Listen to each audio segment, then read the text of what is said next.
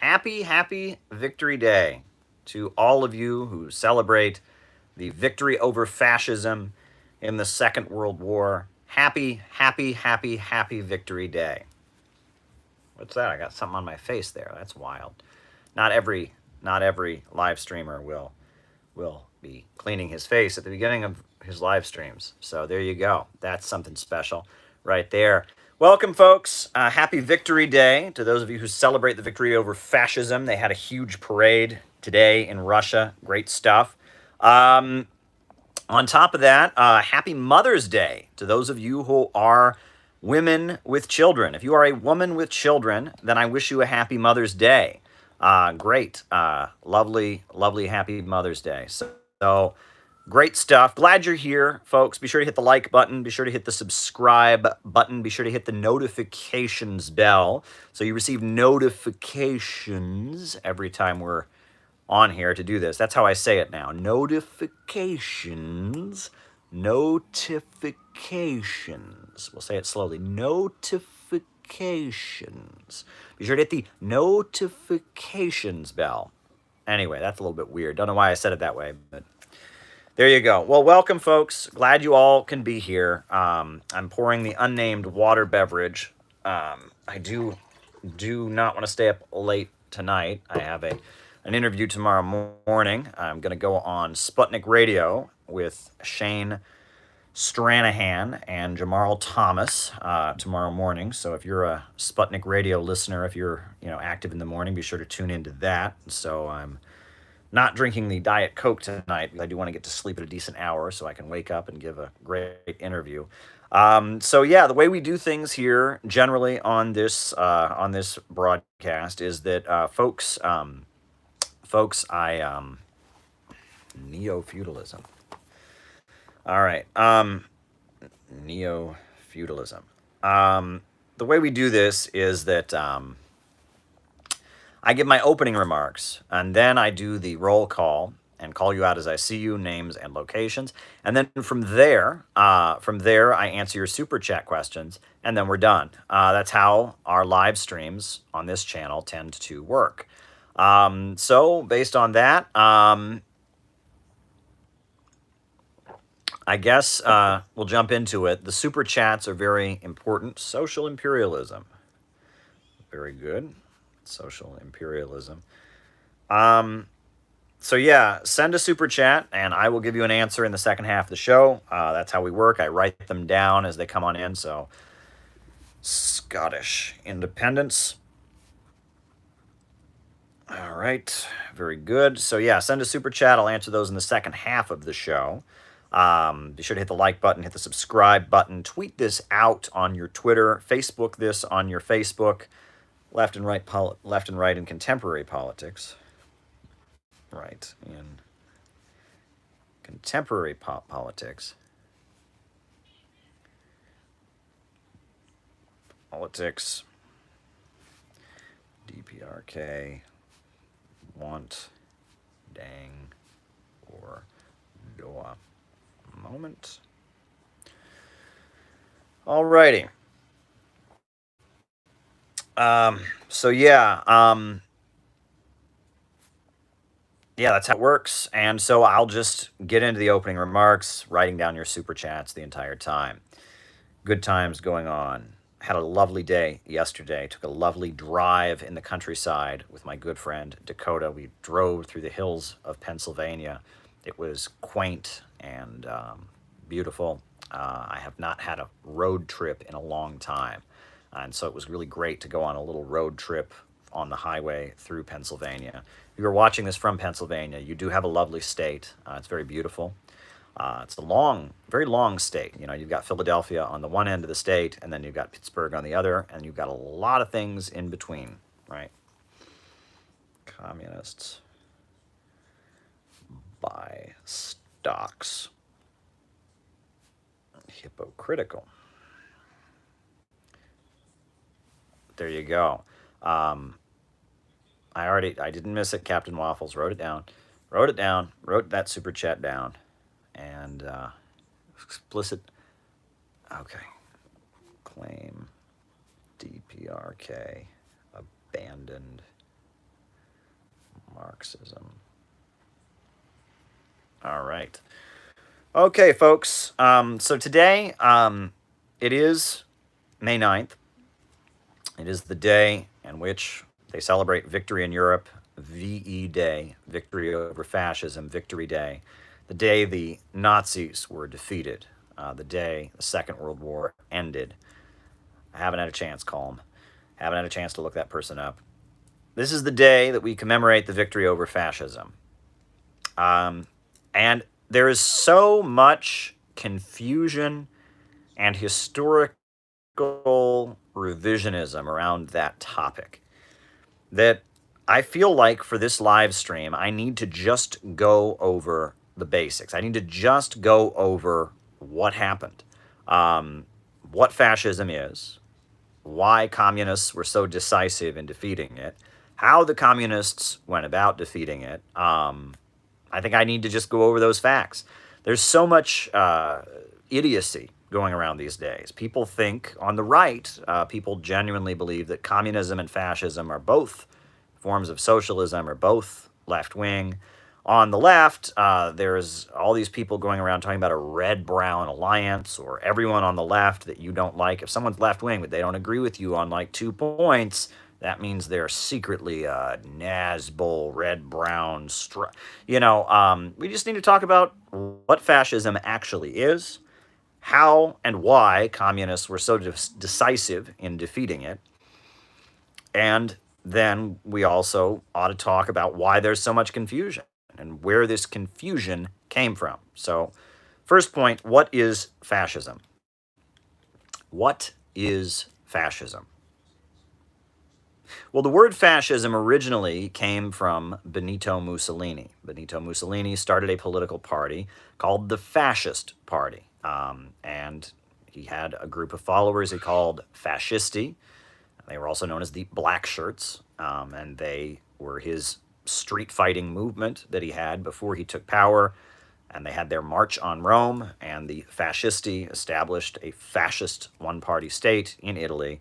And the term became widely used. However, for those who have a scientific Marxist understanding, you'll understand that the movement that called itself fascism in Italy was not the first movement of its type. That there was something in Russia called the Black Hundreds Party. The Black Hundreds Party. And that was very much a fascist movement in Russia prior to the Russian Revolution. In the United States, there was the Ku Klux Klan. In the aftermath of the U.S. Civil War, there was the Ku Klux Klan. The Ku Klux Klan was very much a fascist movement, even though it did not call itself that. So what is fascism?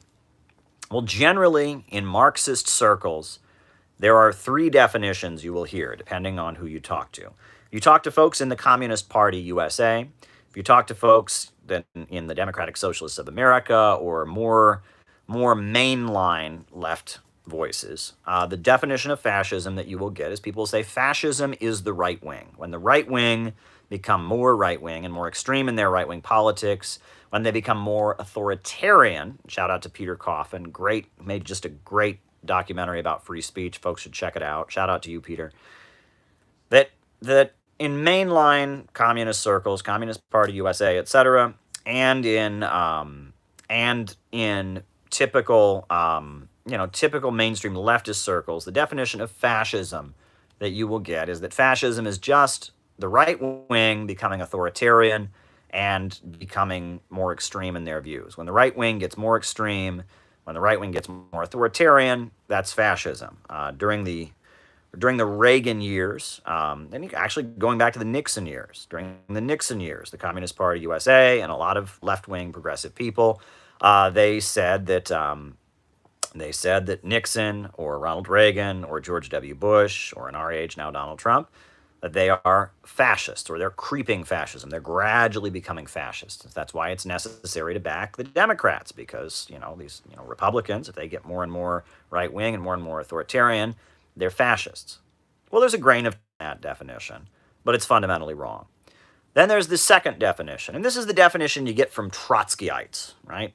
Members of the Socialist Workers' Party, other kind of groups like that. And their definition is they say that fascism is a violent middle-class movement. It's when middle-class people who are against both big capital, big corporations, and against the working class build a fanatical right-wing movement, to fight for their middle-class interests, and eventually they become used as kind of an anti-labor militia, right? Fascism and Zionism. Very good. Very good. I will talk about the connection between fascism and Zionism for sure. That's a very good question. All right. And that's the Trotskyite definition, that it's a middle-class movement, a movement of the middle class that is against big capital, but also against the working class, and it becomes utilized as an anti-labor militia by the capitalists in times of crisis, and eventually they use it to take over the state. And there's a grain of truth in that definition by the Trotskyites, definitely wrong.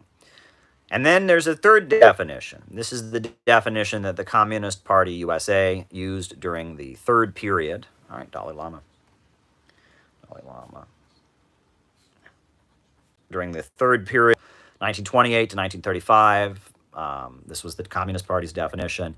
It's the definition used today by a lot of Maoist groups, and it's also the definition that a lot of anarchists and others will use. It's a third definition of fascism, and it's fascism, they say, is if someone sounds like a communist, but they're not, they're a fascist. If someone is putting forward ideas that sound kind of like communism, but they're not, right?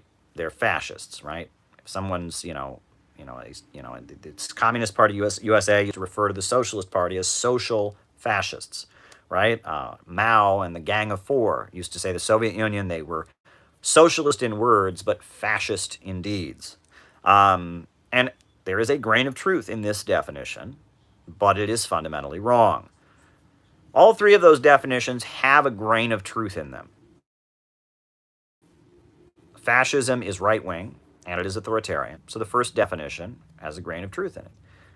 Fascism tends to be originating against the middle class. It tends to demagogically talk against big corporations while also being strongly against communists and the labor movement. So the Trotskyite definition has a grain of truth in it. The third definition, they sound like communists, but they're not. Again, that is they often will say things that sound similar to what Marxists and communists and revolutionaries say, but they are fundamentally not Marxists and communists. So that definition has a grain of truth in it. But all three of these definitions of fascism, all three of them, miss what is fundamental to fascism, which is a mass mobilization of society for the purpose of engaging in destruction and violence and terror. That's what defines fascism, right? You can have a right-wing movement that's authoritarian, but if it doesn't mobilize all of society to engage in violence, terror, and destruction, it's not fascism.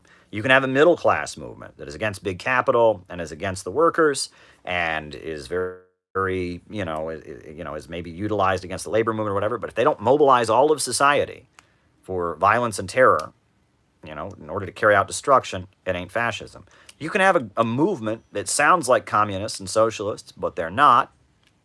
But if they don't mobilize all of society for a mass movement of violence and terror, it's not fascism. The definitive aspect of fascism is a mobilization of society for the purpose of violence and terror. Fascism is a form of Bonapartism.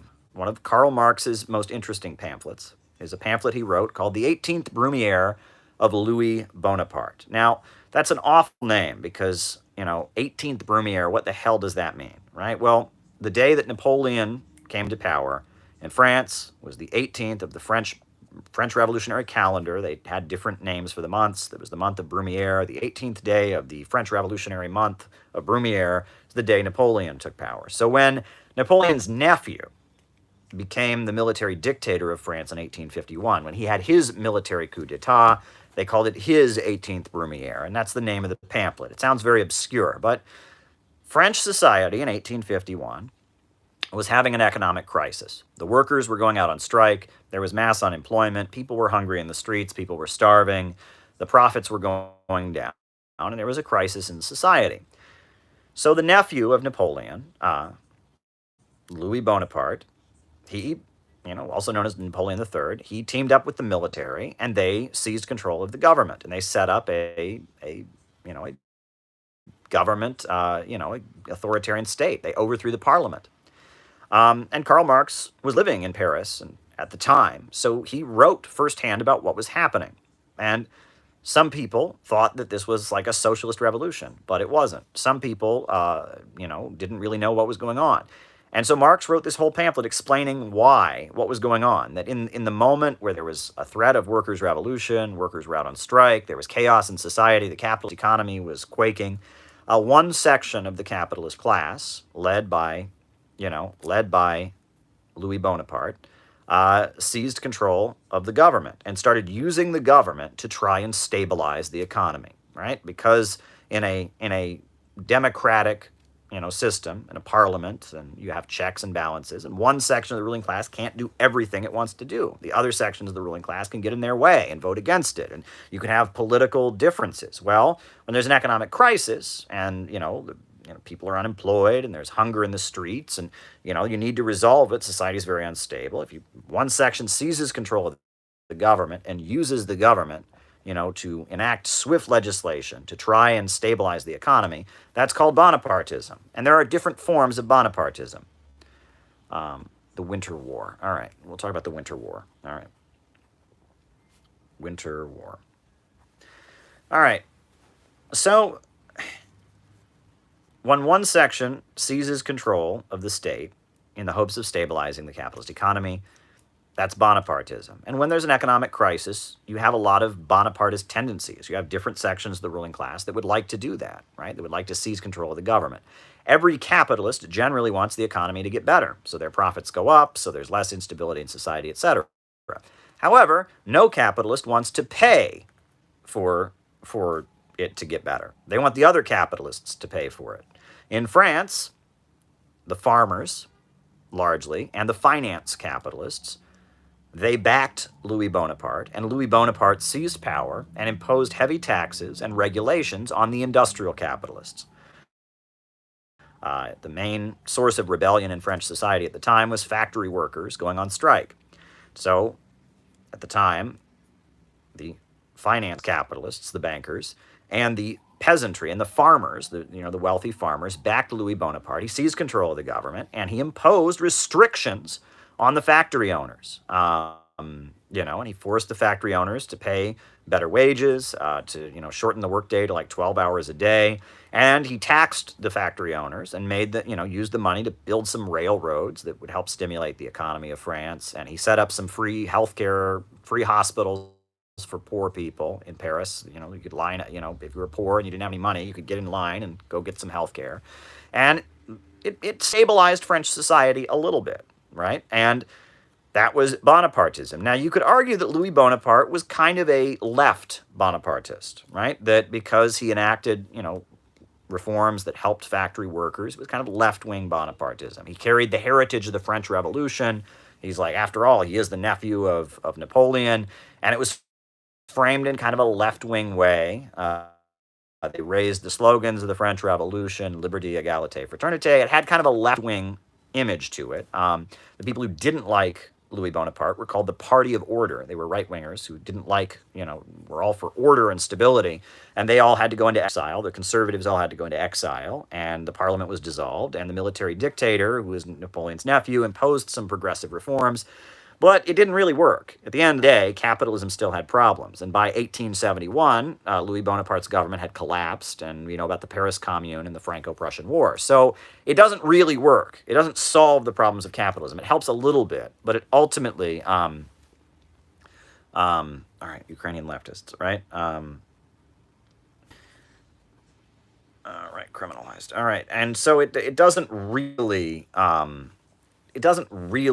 solve the problem of capitalism. It maybe stabilizes things a little bit. Roosevelt in the United States was what you could call a progressive Bonapartist, right? He was not a socialist, not a revolutionary, but amid a capitalist crisis, he and the Rockefellers entered an alliance with the labor movement, and they passed labor legislation. They built infrastructure, and they, Franklin Delano Roosevelt, you could argue, was like America's Louis Bonaparte, right? He used the government to try and stabilize the economy amid a capitalist crisis. That's not fascism. That's like progressive Bonapartism. However, fascism is a form of Bonapartism that takes the opposite route, right? Roosevelt, he represented one section of the capitalist class to seize power and stabilize the economy by aligning with the labor movement, passing progressive legislation, building infrastructure. It's kind of like what Louis Bonaparte did. But when Adolf Hitler took power, he did the opposite. When Adolf Hitler took power in Germany, right, it was a similar situation, capitalist crisis in the country. When the one section of the German capitalist class took power, the factory owners of Germany took power. What did they do? Well, they crushed the labor movement, and they put all the leaders of the labor unions in concentration camps. There was a mass roundup of all the leaders of the labor unions and of the Communist Party and of the Socialist Party, and put them in concentration camps. They restarted military spending.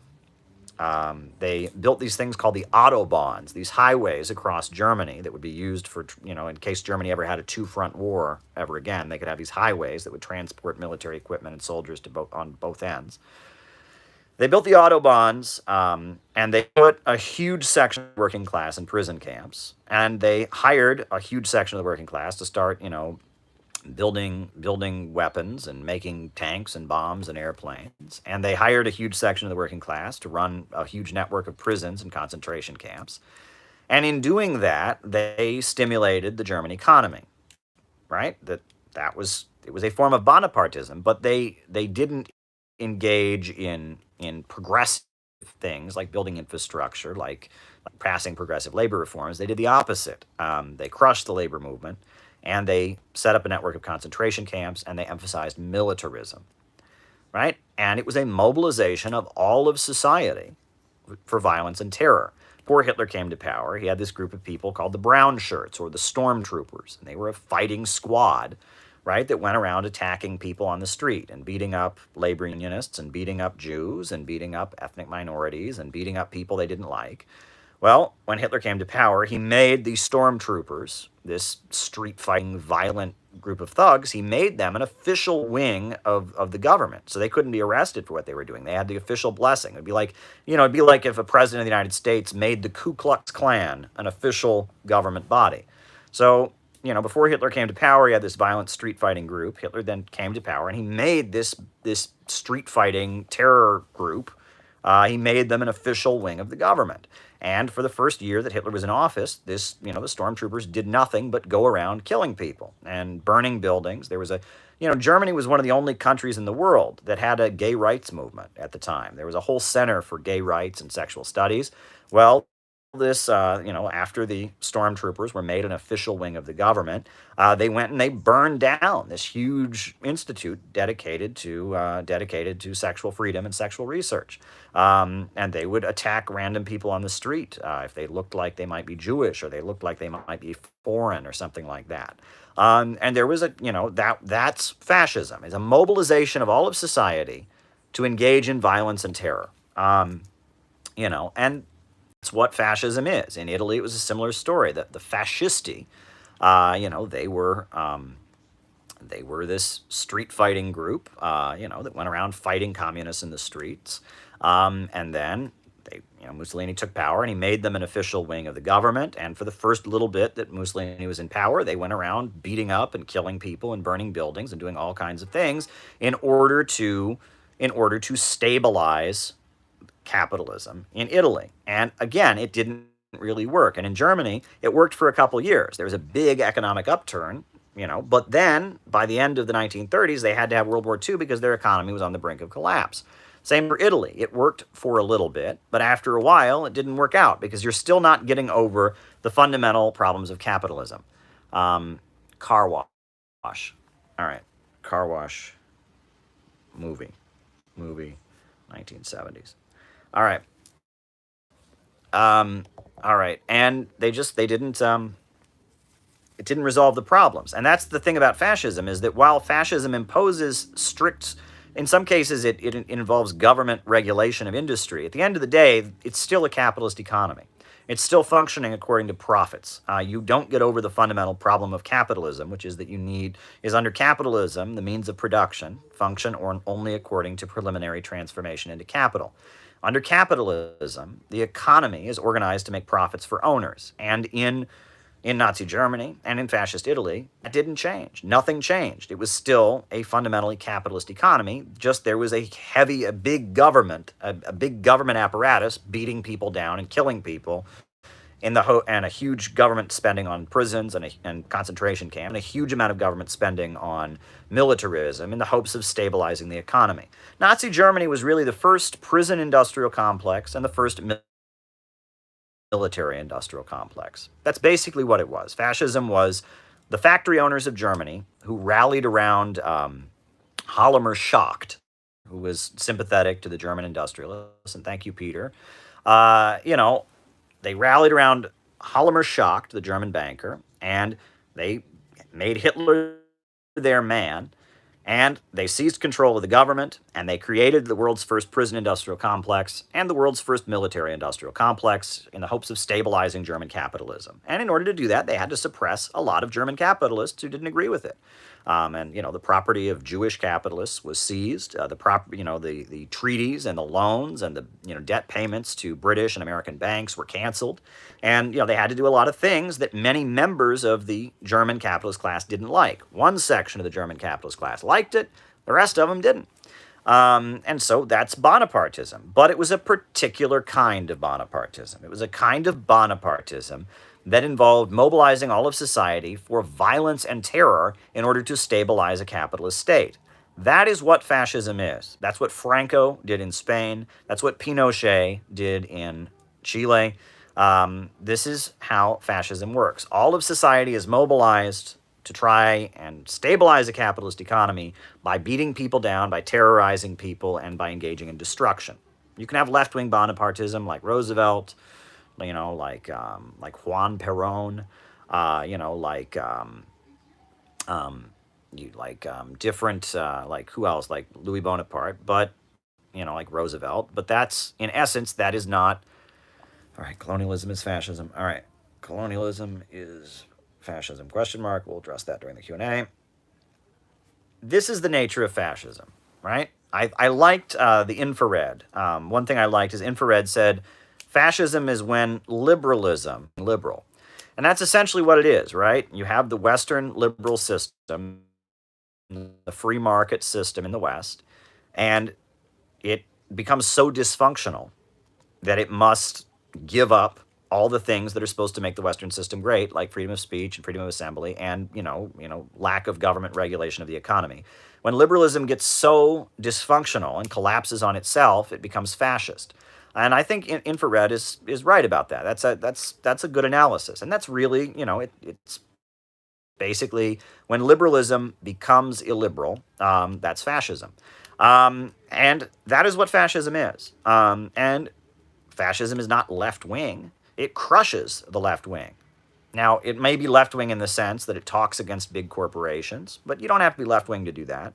Right-wing anti-capitalism predates left-wing anti-capitalism, right? Long before Karl Marx was ever born, the Catholic Church was condemning capitalism because it said that capitalism puts money above spiritual principles. Capitalism, encourages people to not obey. Feudal society was contrary to capitalism. It was more conservative. Right?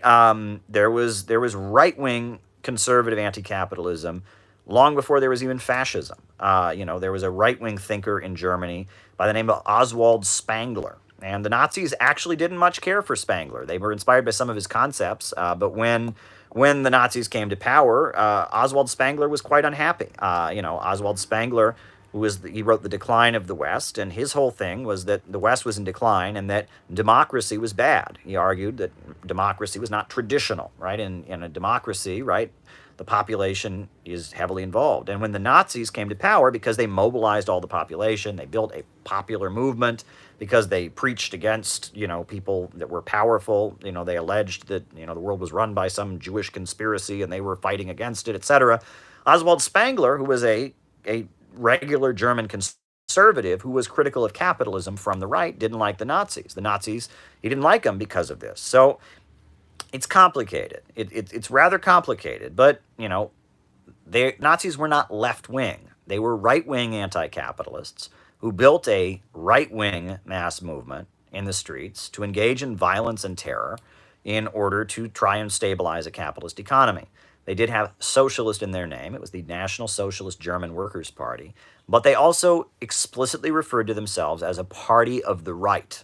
And they argued that Marxism was wrong because Karl Marx was Jewish. They rejected internationalism in favor of nationalism. They called Marxism and Bolshevism a scourge on Germany. And they claimed that only their party of the right could save Germany from the threat of communism, right?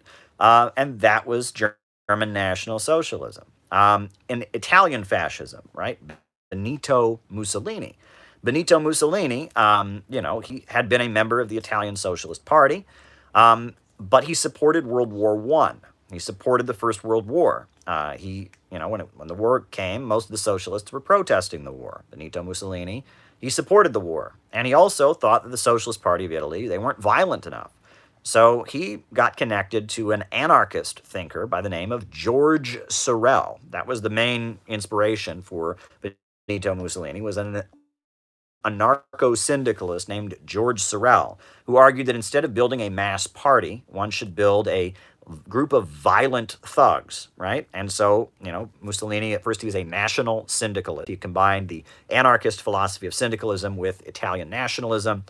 And then eventually the party became the Fascisti, and they supported World War I, and they went around killing and murdering and executing and torturing leftists who protested against World War I. And after World War I, Italy was economically ruined. There were protests and strikes going on. Society was very unstable. So he met with all the big Italian capitalists, and he said, hey, I can be the dictator, and I'll stabilize society.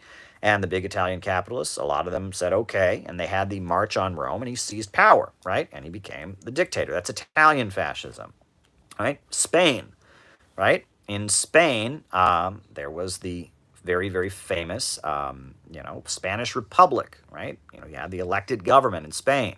And the Spanish Republic included, some democratic capitalists, but communists had seats, socialists had seats. There was a big anarchist movement. And, because there was a possibility that Spain might go socialist because the socialist and communist movements were so popular. Because of that, you had this general named Franco. And Franco, took up arms and overthrew the Spanish government. There was a 2-year or 3-year civil war in which, the fascist military fought and violently overthrew the Spanish Republic and established a fascist dictatorship in Spain.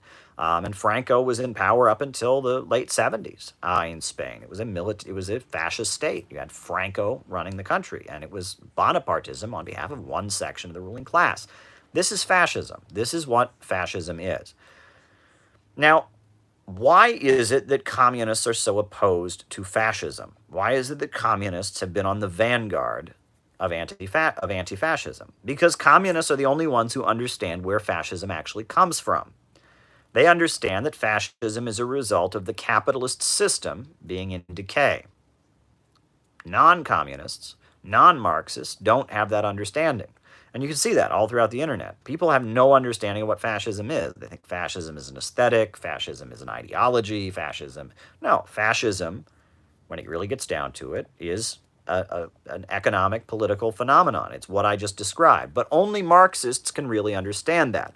And that's why, going back to the early 1930s, you had communists who formed anti-fascist organizations. And anti-fascist united fronts. The League Against War and Fascism was formed by the Communist Party in 1932, I believe. And you had all kinds of anti-fascist talk. There's a very good book on the nature of fascism that was published in 1934 by R. Palm Dutt, who was a leader of the British Communist Party, a man of Indian descent, leader of the British Communist Party, wrote an amazing book, Fascism and Social Revolution, explaining in great detail, very carefully researched, meticulous, what fascism actually is. It's a very good book, and I recommend you read it.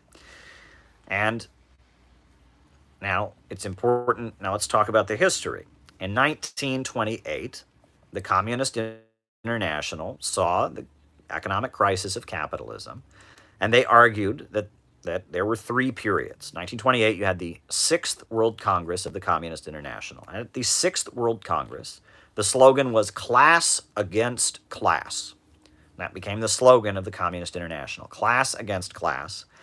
And they argued that since the Russian Revolution, there had been two or ultimately three periods, right? That immediately following the Russian Revolution, all over Europe, you had uprisings and revolts in Britain and in Hungary and in Germany and all these places. Immediately following the end of World War I and the Russian Revolution, you had this period of widespread revolts, all of which were crushed except for the Russian Revolution, right? The Hungarian Revolution was crushed, the German Revolution was crushed, but in the Soviet Union, socialism came into power. So the first period following the decline of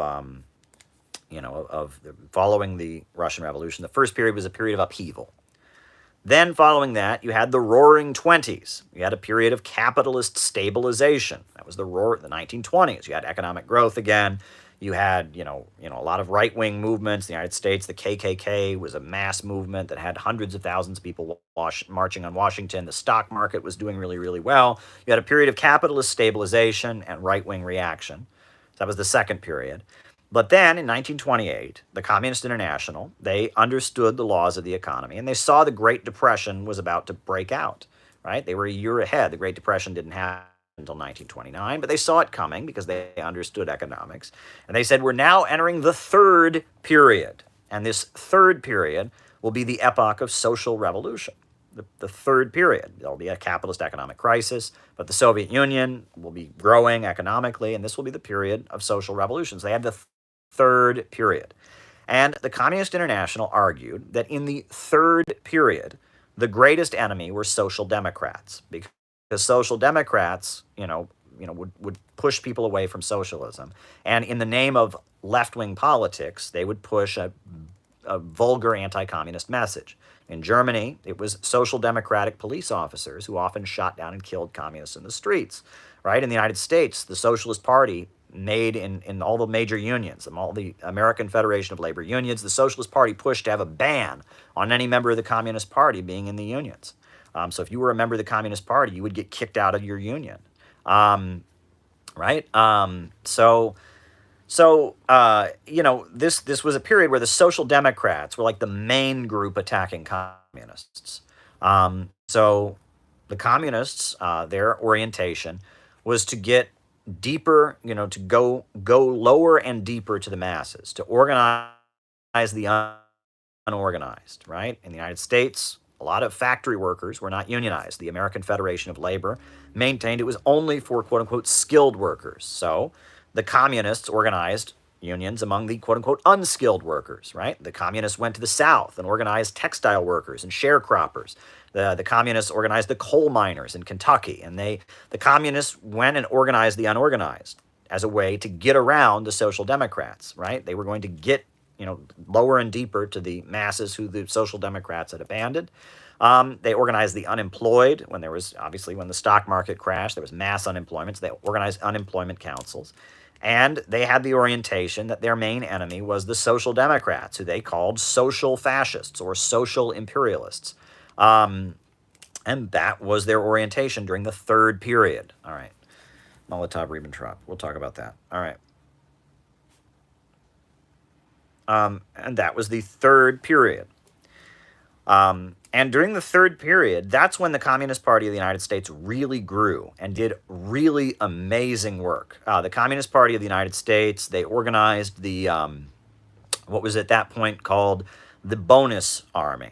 And hundreds of thousands of veterans of World War I who were homeless, and they were veterans, went to Washington, D.C. to demand that they get paid veterans' benefits. And they occupied the National Mall. The whole National Mall was occupied with tents by veterans, homeless veterans, who just piled into Washington, D.C., organized by communists, right? Communists organized hundreds of thousands of veterans to pile into Washington, D.C. and occupy the National Mall to demand that they get paid veterans' benefits. And the actual U.S. military was sent in to clear the National Mall with tear gas and bayonets and guns. And it was a huge incident, very big incident. And 4 veterans were killed in the fighting. Abraham Lincoln's grandson was a leader of the homeless veterans. James W. Ford, who was a communist who had fought in World War I, an African American man, was a leader of it also. U.S. invasion of Panama, right? And it was the bonus army, right? The Communist Party organized International Unemployment Day, March 6th, 1931. All over the country, in every major city, there was a huge demonstration of the unemployed demanding work and wages, and they would fight the police in the streets. I mean, it was riots all over the country of unemployed people demanding economic benefits, and it was kind of an unprecedented thing that all over the country, the unemployed being organized by the communists to fight for their rights. And they did the same thing in Britain. In Britain, they had the Scottish coal miners lost their jobs, and so they marched. They had a long march, they called it, from Scotland. They would march all the way down to London. These thousands of Scottish coal miners marched from one end all the way up north in Scotland down to London to demand that they get some relief and get some benefits. And everywhere they went, every town they stopped in, they would have huge communist rallies. And they finally arrived in London with this huge thousands of people, and it was a parade demanding, I believe they had a banner that said work or riot, meaning like work or we are going to go out and give us jobs or we are going to riot. And it was everywhere. And in Germany, the communists were leaders of the unemployment councils, and they used to stage what they called bread riots. Where the communists would charge into the shopping areas of Berlin and of different Munich and German cities, and they would break the store windows and start taking food out for the unemployed, and they would start feeding themselves. And then when the police would come and stop them, there would be snipers on the rooftops who would start shooting down the police. They had this group called the Red Front Fighters League. And they would start shooting down the police to scare they would take shots at the police basically to scare them away if they tried to, they would have this group of armed people, these armed guys that were there to protect this crowd of hungry, starving people who were out there. They had their armed militia called the Red Front Fighters League. And you can argue that during the third period, the Communist Party became, the communist parties of the world became somewhat ultra-left, you could call it. That their tactics, like I said, in Germany, they were like engaging in armed left adventurism, and in other parts of the world, it was similar. That they were, in the United States, they formed a militia. They briefly had a militia that they formed, in Britain and other places. Communists, the communists, because they were representing very, very desperately poor people, and because the Social Democrats had kicked them out of the labor movement, right? Because they were only organizing communist-led unions, been banned from the official unions, and because they were organizing people that were desperately poor and had nothing to lose but their chains, the Communist Party in Germany and in Britain and in France and a lot of these places, you could call them ultra-left. They did a lot of left adventurous stuff that was pretty intense.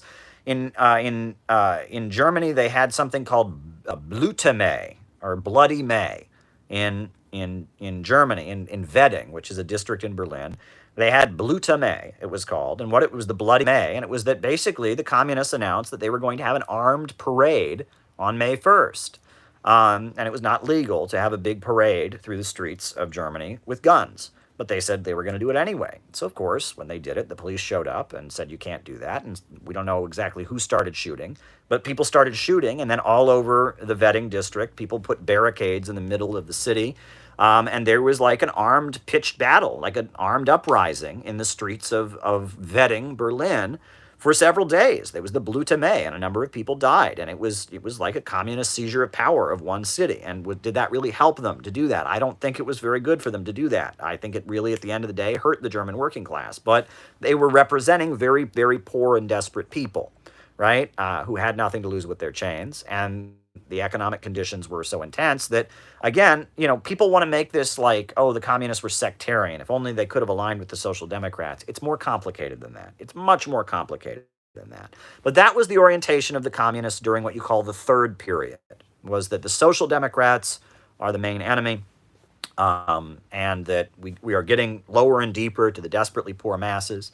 and their orientation was to engage in armed revolts. I mean, and they took up guns and engaged in armed uprisings. In the United States, there wasn't very much of that. There might have been some strikes where things got bloody, but it wasn't it wasn't on the scale of seizing cities or anything like that. Um, you know, Now after Hitler took power, there was a tactical reorientation.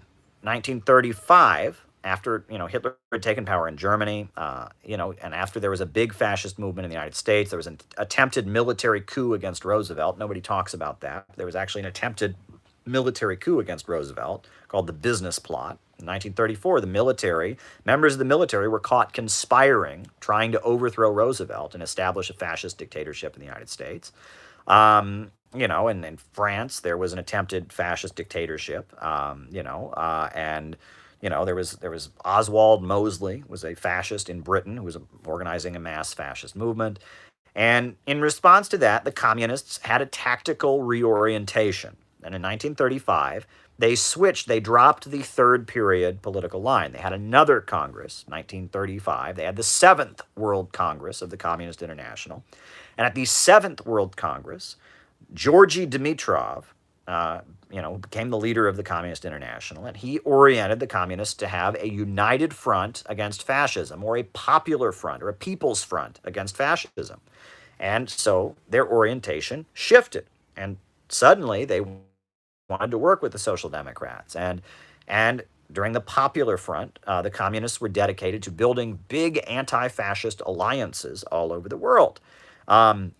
And it worked. And in the United States, communists had Roosevelt's back, right? The right wing were trying to overthrow Roosevelt. And so they supported Roosevelt. In France, they actually got a Popular Front government elected. A coalition government of the Socialist Party and the Communist Party of France got elected in 1936 and became the government of France. In Britain, there was a Popular Front. In Britain, when Oswald Mosley wanted to have an anti-Semitic march through a Jewish neighborhood, the communists mobilized thousands of people, and it was called the Battle of Cable Street, and they beat back Oswald Mosley. And in Spain, when Franco was trying to overthrow the Spanish government, Spain, communists from all over the world went to Spain to fight against Franco and fight against fascism. The international brigades went to fight in Spain, and the communists built the Popular Front, and that was their orientation. And all over the world, everybody knew the communists were the most effective anti-fascist fighters. Why? Because only they could understand what fascism was really about, right? Only they could understand it. And furthermore, at the end of the day, they were the one. If the fascists took power, they were all going to be killed. That's what happened in Germany and all of that. And that the labor movement was what fascists were trying to crush. The fascist movement was generally a mobilization of factory owners to crush the labor movement. That was generally what fascism in the 1930s was. It was the factory owners trying to seize control of the government and use it to crush the labor movement. Communists were leaders of the labor movement. They did not want that to happen. And the labor movement obviously didn't want that to happen. In the United States, you had Charles Coughlin, Father Coughlin, the radio priest. And he was a priest in Michigan whose broadcasts were paid for by General Motors. General Motors paid this priest on there, and he had this Irish accent. And I'm Father Coughlin.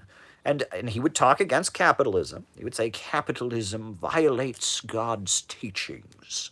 The Bible says love your fellow man, and we don't like it. But then the kind of moralistic anti-capitalism would lead to the communists do not believe in God. They must be crushed. They must be destroyed. And then it would lead to anti-Semitism. We all know communism, it would lead to an anti-Semitic point, right? And that was Father Coughlin. And Father Coughlin, in his sermons and his broadcasts, he called on people to be violent against the labor movement. The main thing he did was urge people not to join unions, not to support striking workers. And he accused, the communist movement of being a Jewish conspiracy. And there's a group called the Black Legion. And it was a KKK that instead of wearing white sheets, they wore black sheets. And they were called the Black Legion. And they allowed Catholics to join, right? The original Ku Klux Klan did not allow Catholics to join. The Black Legion, they did allow Catholics to join, and the Black Legion was formed, and they went around murdering communists, and they also murdered black activists, etc. And one of the people that the Black Legion murdered was the father of Malcolm X. Malcolm X, in his autobiography, he talks about how he grew up without a father. Well, the reason for that is because his father was murdered by the Black Legion, right? The Black Legion, which was this fascist group, murdered the father of Malcolm X. There was something called the Silver Legion of America. And the Silver Legion of America was a group of people, group of guys, and they wore silver shirts, and they were admirers of Mussolini, and they were occultists. They were started by a guy who wrote ghost stories, this famous ghost novelist in the United States. He wrote ghost stories, William Dudley Pillay. He started the Silver Shirts, or the Silver Legion of America, they were called. And they went around, and they were big supporters of Mussolini, and they went around attacking communists and beating up communists. The Ku Klux Klan existed, and there was a mass, mobilization of fascism. But the communists aligned with Roosevelt, and they beat back the fascists.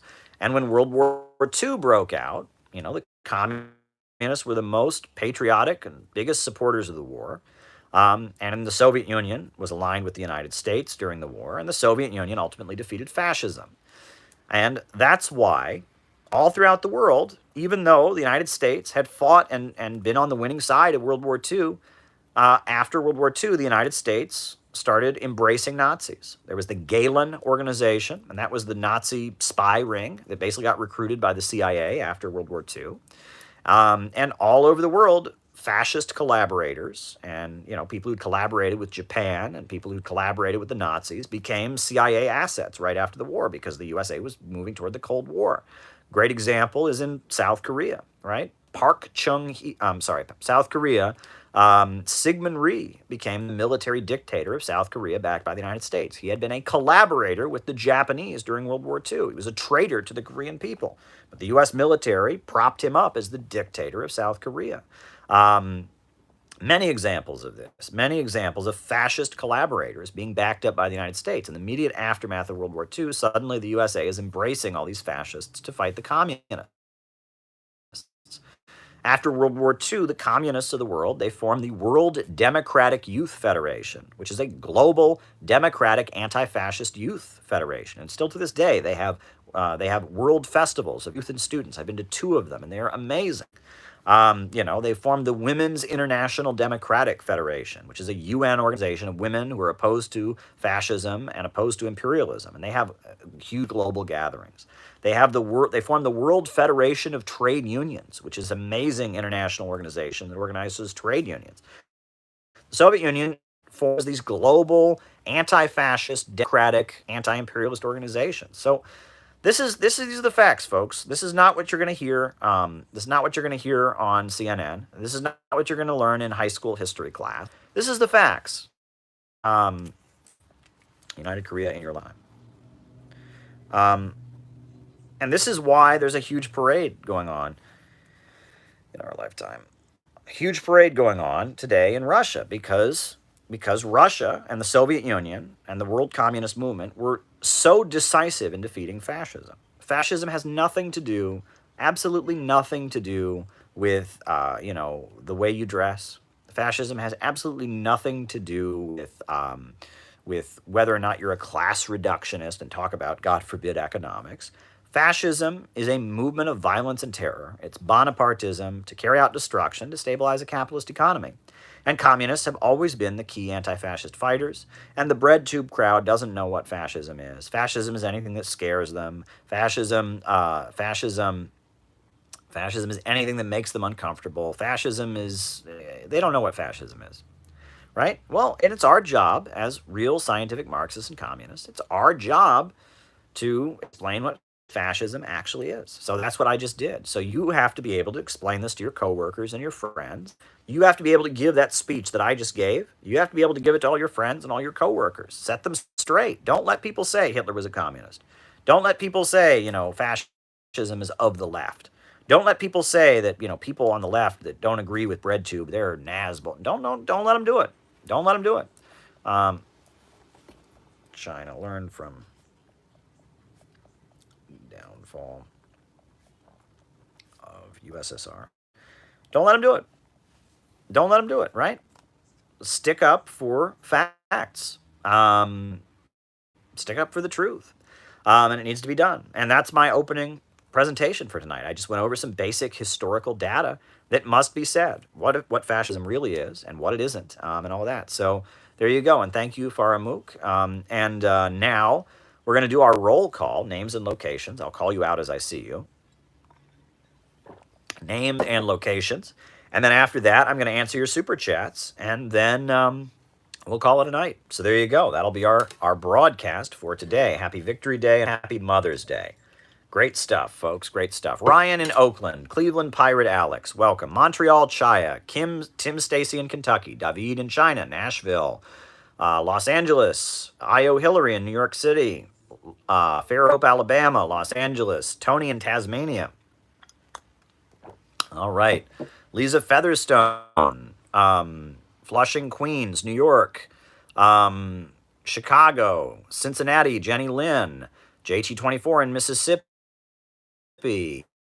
Fort Lauderdale, Temple City, California, Clydebank, Kolkata, India, Happy Victory Day, Marta in Poland, Space Coast, Florida, New Hampshire, Wilmington, Delaware, Kentucky, Kieran from San Diego, hello, Mr. Maupin, Madonna from Iran, welcome Madonna, good friend of the program, Kansas City, Missouri, Brazil, West Palm Beach, Texas, Tristan in Maryland, good friend of the program, West Virginia, Tony in Oregon Coast, West Palm Beach, Pomona, California, Cole in Calgary. Happy Mother's Day, says Faramuk. I'm not a mother, but thank you anyhow.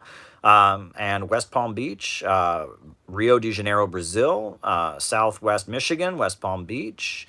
David Fox says he's driving from Kerrang to Bendigo. Welcome. Julian from Texas. Welcome, Julian. Glad you're with us. West Palm Beach, New Hampshire. Oklahoma. Says Sadie Hayes, Chicago, Seattle, Jay from the UK, Brian from Texas, Nate from Chicago, Bergen, Norway, Happy Victory Day, welcome. New York County, Indonesia, Las Vegas, Tamaro and Dario from Brooklyn, welcome Tamaro and Dario. Tamara and Dario, welcome. New Hampshire, Eduardo, thank you for the super chat, Eduardo, deeply appreciated. Clydebank City, hello everyone, welcome, welcome, welcome. Blue Island, Illinois, Blue Island, Delaware, Leipzig, East Germany, a Tatist is with us. Welcome, welcome, welcome. Welcome, welcome, welcome. Anybody else? Names and locations? I call you out as I see you. That's how we do it here on the show. That's how we do it, right? We did an opening remarks all about fascism. Adelaide, Australia, what fascism really is, why communists were so decisive in defeating fascism. That's good stuff. Denver, Colorado. Welcome, welcome. Kendall in San Diego, Hampshire, United Kingdom, Marty O. Welcome, welcome, welcome. Anybody else? Anybody else want me to call them out as I see them? Names and locations, right? We want to know who's watching. What an audience. Deha in Brooklyn, New York. Welcome, Deha. Welcome, Deha. Someone said Calgary. I don't know where that is, but there you go. Calgary, maybe? I don't know. Could you comment on Scotland's SNP victory? Okay. Will Scotland exit from the UK? SNP victory. Will Scotland exit UK? All right. Green Bay, Wisconsin. Peter Coffin was here earlier. Yes, he was. Judas, Palestine. Okay. Calgary in Canada. Plaverville. Joanne from the Netherlands. Welcome, Joanne. Glad you're with us. Glad you're with us. Canada, come on, says Itzel. Placerville, very good. Kwame Nkrumah's book, Neocolonialism, The Last Stage of Imperialism. Very good. Kwame Nkrumah. Neocolonialism book. Very good book. I do recommend it. We'll talk about it during the... very good. Alrighty. So now we'll start answering the super chat questions. The first question is neo-feudalism. Neo-feudalism. That neo-feudalism would refer to people that want to bring back feudalism. I know of no such people, except for the Beach Boys, right? Everybody's gone surfing USA. Anyway, no. Thank you, Hipasha, for the super chat. But no, in all honesty, neo-feudalism is a term that is used generally. My understanding is that it's used by anti-communists to describe socialist countries. They say, well, they're not really socialist; they're neo-feudalist. Is it accurate to say current organized fascist movements must be materially supported by the West? Materially supported by the West to be fascist. Okay. All right. Hello from Bay Area. Always like your intros. Well, thank you, Frank. Thank you, Frank. But anyway, feudalism is an economic system. Actual feudalism is an economic system where you have landlords, you have a class of people who own the land called nobles, and you have a class of people who work the land and are bonded to the land as serfs, and they must pay their obligation to the landlord, and they get to keep whatever is left over. They're not technically slaves, right? The landlord does not own them. He can't just, they're not his property, I guess, but they work their obligation, their tax to the landowner. It is a system of subsistence farming. Now, in feudalism, you obviously have to have somebody who's like a blacksmith. So you have craftsmen generally, and you have soldiers. You have a military that enforces everything. The state of the economy in the late Soviet Union. State of economy in the late USSR.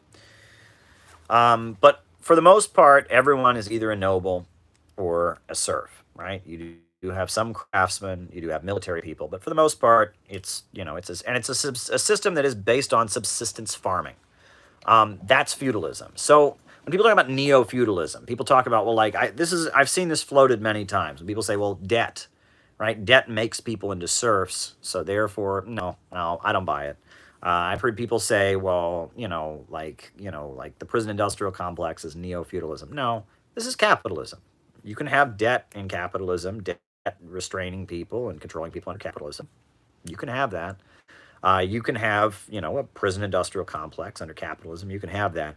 I feel like there's a desire to disconnect some of these things from capitalism. So some people who argue we're going back to feudalism don't buy it. And then there's some straight up anti-communists who say, well, China's not really socialist. It's third world neo-feudalist. Don't buy it. Don't buy it.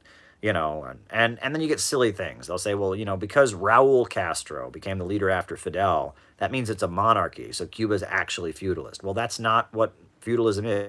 Feudalism is not monarchy, right? It's an economic system with serfs and landowners. So we're not going to have feudalism back because feudalism is based on an economic setup. It's based on not having the level of technology. You can't have factories and have feudalism, okay? Because then it's not feudalism anymore. You can't have, wage workers and have feudalism. That's not feudalism anymore, right?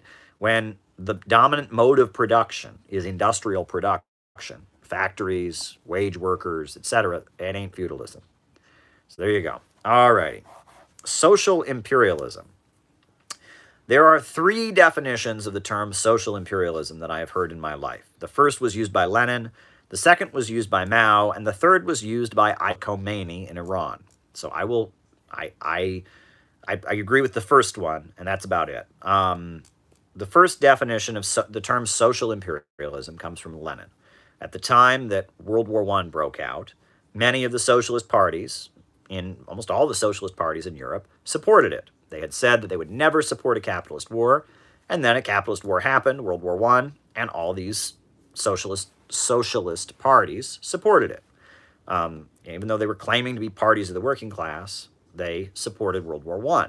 And Lenin was furious, and he wrote a number of essays about why this happened, on the collapse of the Second International, he called it. The Second International, Karl Marx formed the First International. After Marx's death, you had the Social Democrats form the Second International, right? That's the British Labour Party. It's called Socialist International. It's still around today, the Second International. But it obviously dissolved as World War I was happening because all these parties couldn't be together if they're fighting each other. And so in the lead up to World War I, all the major social democratic parties of Europe supported it. And Lenin wrote a very good pamphlet called Imperialism and the Split in Socialism. in which he criticized all the socialist parties that had supported World War I. And he explained that it was based on economics. It wasn't simply that these people were bad. I mean, they were.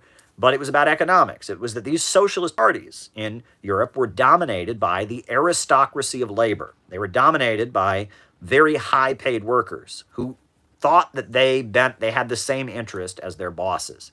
Even though they were workers, even though they sold their labor power, they still had it in their mind that because their pay was so high, and even though they called themselves socialists, even though they were in unions, they still, in their minds, thought that their interest as a group was aligned with the imperialists. So they were socialist in words, but they were aligned with imperialism. And the higher paid, quote unquote, skilled workers of Europe who supported World War I, Lenin called them social imperialists, social traitors. That was the term that was used for them. And that while they preached socialism, they were supporting imperialism, and they sold out the workers to an imperialist war. Banks are the landlord under Hudson's new feudalism model. I'll have to read Hudson's writing on that. I haven't studied his writing on this point. This is social imperialism, right? And that's Lenin referred to the British Labour Party that supported the war as the social imperialist party, right? He referred to the German Social Democrats that supported the war. They were social imperialists, right? They said they were socialists, but at the end of the day, they supported the imperialists.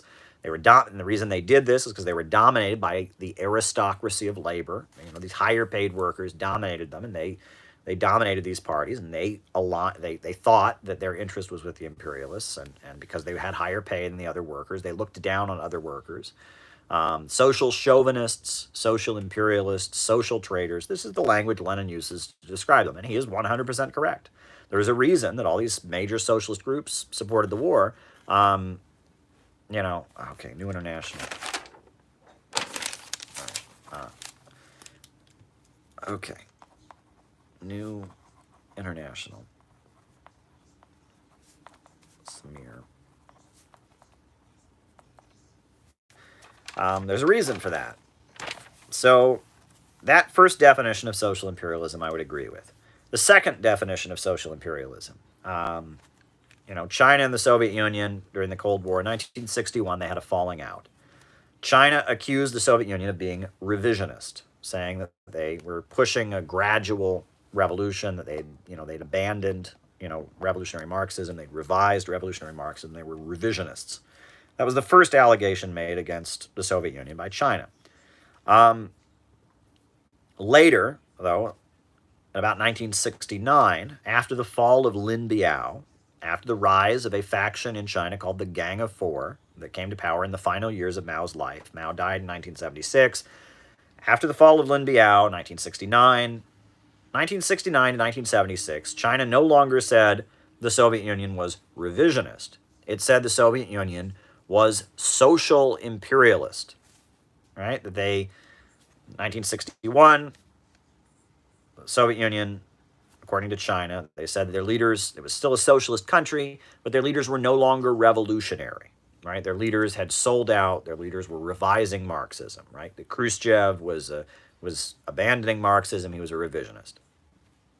1969, they said, oh, no, we were wrong. Khrushchev's not a revisionist. Khrushchev and the Soviet Union, they have restored capitalism.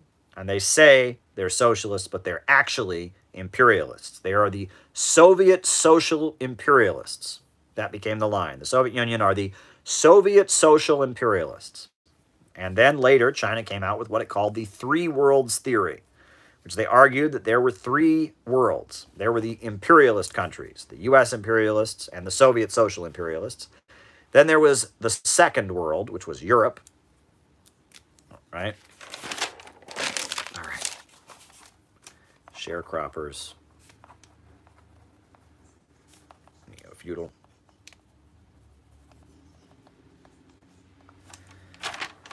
Right? See, signs of imperialism causing more chaos in Africa. Right.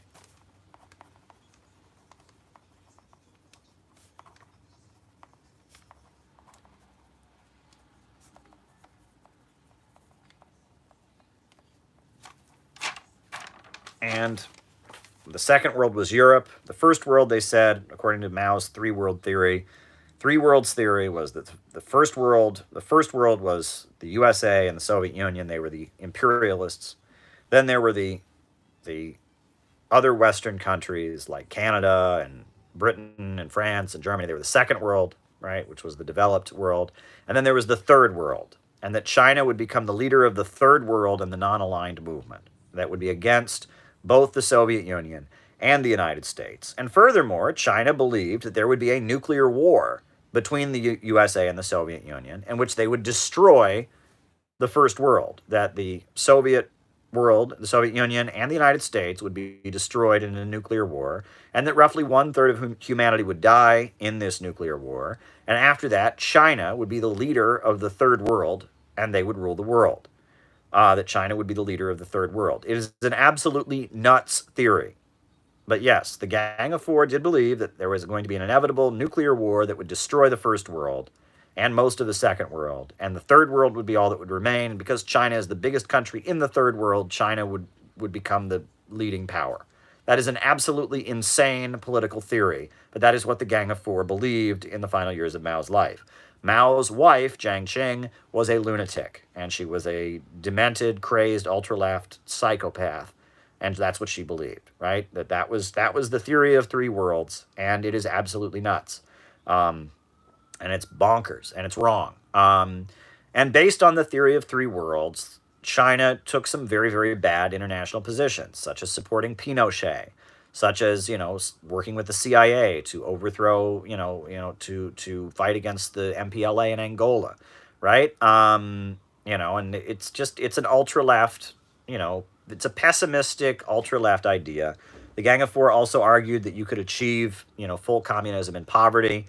They believed that poverty, as long as it was purely communist, was okay. They were against things like color televisions, right? If you're a communist, you believe in technology. So there's nothing inherently wrong with a color TV. Ever been on a battlefield? All right. Ever been on a battlefield? And, they were against color televisions. They were against, things that were considered Western. And the Gang of Four was ultimately against technological development, and they argued that China could get full communism in poverty as long as they had the correct political line, and that's wrong. That, Soviet social imperialism, theory of three worlds, that second definition that I've heard of social imperialism, wrong. Don't buy it. So that definition I don't agree with, right? While I agree with Lenin's first definition, I don't agree with that one. And then there's the third definition, which is a definition that's not from a Marxist. It's from Khomeini, the leader of the Islamic Revolution of Iran. And I've read Khomeini's writings. Khomeini argued that there were two threats to Iran, that he was for neither East nor West. And he said the West were economic imperialists, right? And that they exploited countries, kept them in poverty, and all of that. So he was against the Western economic imperialists, but Ayatollah Khomeini said he was against the Eastern social imperialists. That was the Marxists. And he said that while the West is economically exploiting countries and military attacking them, that's bad, so Iran's against that. But they're also against the social imperialism of the East, of China and the Soviet Union, that spread communism, which is anti-Islamic, right? And promotes godless values. So Iran, they raised the slogan during the Cold War, neither East nor West, rejecting economic and military imperialism as well as social imperialism. And I believe that was the position of Hezbollah also, right? I have been to a battlefield. I wrote it down. All right. Fall of the USSR inevitable. All right. And that, fall of USSR inevitable. And that is the three definitions of the concept of social imperialism that I'm aware of. There may be some other definitions, but yes, the Lenin one, where he talked about communists who were, betraying the revolution, supporting the war, it's fine. That's one definition. The Maoist Soviet social imperialism thing, don't buy it. Khomeini's, the East is, I don't agree with that either. So there you go. Okay, Scottish independence. Well, look, I used to be very enthusiastic about Scottish independence because it was an anti-austerity movement, right? You know, in 2014, when the first vote for Scottish independence happened, it was very much an anti-austerity movement. And I was very dissatisfied with the criticisms I heard of Scottish independence from leftists, and I was very excited about an anti-austerity movement, right? It was framing itself as being to the left of Labour and being anti-austerity. Now, since the pandemic and since Brexit, the nature of Scottish independence has very much changed. Now, some would argue it was bad all along, and I'm not in Scotland, but the rhetoric has certainly changed. Now, instead of saying break Scotland away to stop cuts in social spending, now it's break Scotland away so we can rejoin the European Union. And there's also some, like, like we need to keep those English people out because they're dirty and they all have COVID. And Scottish independence has taken a very negative turn in my view. Okay, at the end of the day, I am for independence of any people if they want it. If the Scottish people, or the Welsh people, or the Irish people want independence, especially any group within an imperialist homeland who wants to separate, if that group ultimately wants to separate, I'm for it.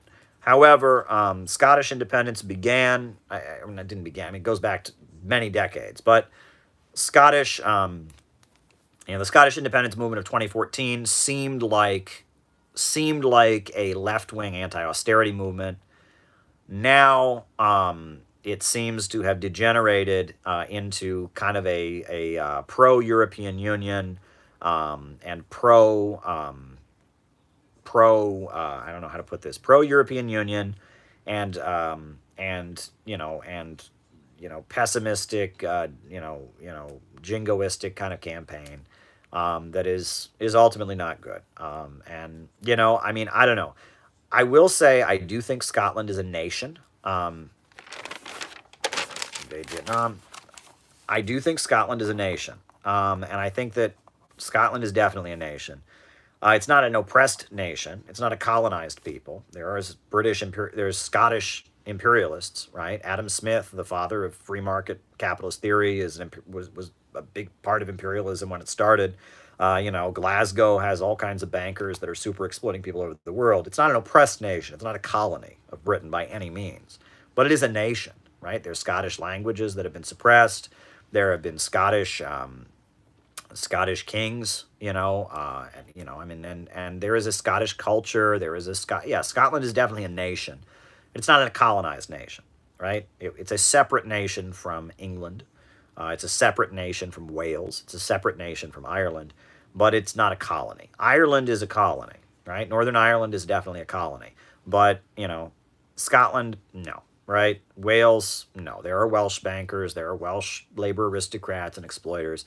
Scotland is a first world nation that is part of the United Kingdom. And that's important to make. I mean, I'm sorry, but if any group has their own religion and has their own language and heritage going back thousands of years and has had wars with other nationalities, and yeah, Scotland's definitely a nation. I'm not with you. I know a lot of people say Scotland has never been a nation, and I don't agree with them about that. And now, yes, there have been Scottish kings of England. That's true. And Barack Obama is president of the United States and, was president of the United States at one point. And I mean, but at the end of the day, Scotland is definitely a nation. But the movement for Scottish independence at this point seems very negative. I don't have a positive view of the movement for Scottish independence. I think it's taken a negative turn. That's my assessment. There you go. All right.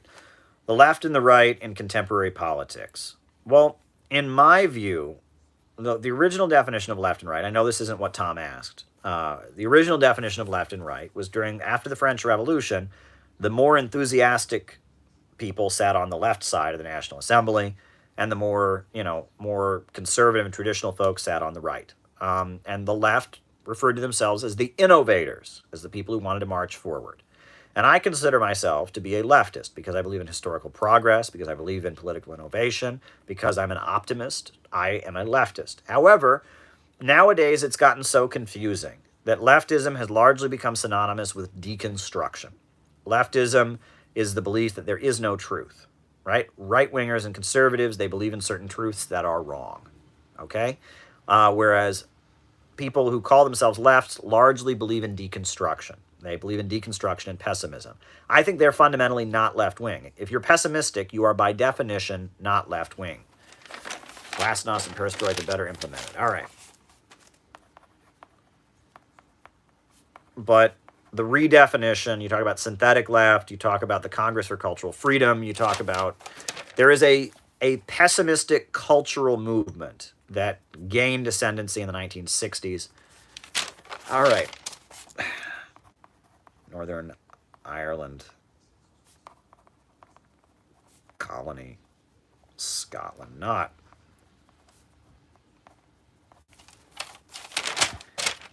All right, and there is a movement that gained its strength in the 1970s, 60s, and 70s. That it now is very, very powerful, and it's all kinds of things that are not historically considered left wing that are now considered left. For example, there is occultism has always been considered right wing. Occultism and paganism is right wing. Now, in our weird time, oh man, you're Eastern and you're a hippie and now it's left, right? Malthusianism, right? In the belief there are too many people in the world, we need to stop those poor people from breeding and reduce the human population. That has always been considered right wing. Now that's environmentalism and it's considered left. I could go on. Drug use, right? Leftists have always been opposed to drug use historically. And it was the right wing that was all obsessed with, using drugs to control people and the belief that, drugs will give you this mystical spiritual experience. It's part of the occult. Well, now drug use is associated with the left. So now, there's a lot of things that are considered left wing now that are inherently pessimistic, inherently not looking to the future and not engaging in political innovation. They are an attempt to roll back the wheels of history. They are reactionary, but we call them left now because of the 1960s and because of the Cultural Revolution of the 1960s. So there you go. All right. Does the DPRK want a Deng or Do Moi moment? Or, do they want to have economic reforms like China had in 1978 or like Vietnam had more recently? It appears that way to me. Based on everything we've heard from North Korea regarding the negotiations that took place, regarding the flash drive that was given to Kim Jong-un, it appears that, yes, North Korea does want foreign investment and they do want to have some market reforms in order to fix their economy. The economic circumstances in North Korea right now are particularly dire because of the pandemic. And yes, I do believe that the position of the Korean Workers' Party, as I understand it, is they do want foreign investment. They do want to bring in companies. They do want to sell more products on the international market. That is my understanding of the position. I obviously don't represent them. I've never been to North Korea. But based on what I am reading in the media, Jeffrey Sachs, past and present,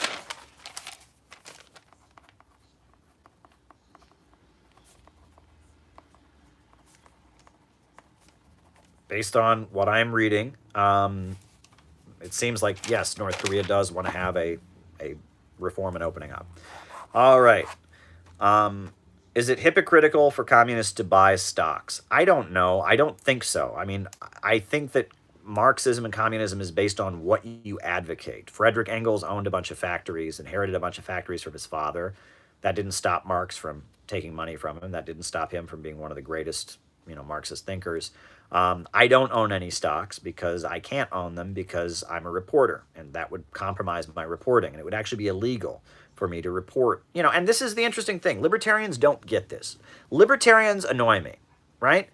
But why is it that we have to have a law that reporters, which I am a reporter, can't own stocks? Why is that? Why is it illegal for me to own stocks? You know why? Because let's say I worked for the Wall Street Journal. Okay, let's say I worked for the Wall Street Journal and I was read by everybody on Wall Street. And I owned stock in General Electric. I could then write an article that said, General Electric stock is hot. It's going to go up. Everyone should buy it right now. And then when General Electric stock, the demand increases and the price of it goes up, I would make a lot of money.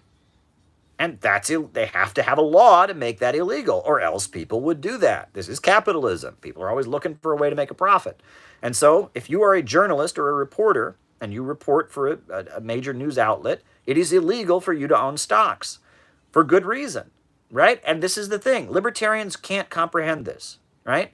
But, you know, it's like just like they have a law that you can't have movie theaters that are owned by the same company as TV studio as movie studios. Why? Because then those theaters would only show movies from their studios, and pretty soon they would put all the other, you'd have monopolies, right? Capitalism, just to make capitalism function the way it what does right now, requires all kinds of crazy regulations. And these libertarians don't get it. If you just take the government out, everything will work. No, no, we have to have, you know, we have to have massive spam.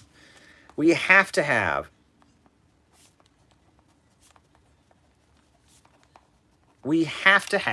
regulations just to make capitalism as bad as it is right now, as dysfunctional as it is right now. Only this is possible. I mean, even this requires a huge amount of government regulation. So, you know, like, I'm sorry, but this notion that capitalism left up to its own devices is fine. Like I said, right? If it was legal for reporters to own stocks, then they would use their position as reporters to benefit themselves and influence the market, right? Insider trading. Why are there laws against insider trading? Come on, folks. In order to have capitalism work, there are all kinds of things you cannot do. So people who think that capitalism, oh, if you just deregulate everything. No, the capitalists themselves beg the government for all kinds of regulations just to make it as bad as it is now. I mean, the libertarians don't understand economics at all. They don't. They really don't. Religious faith. All right. Religious faith. Okay. All righty. The claim that the DPRK abandoned Marxism.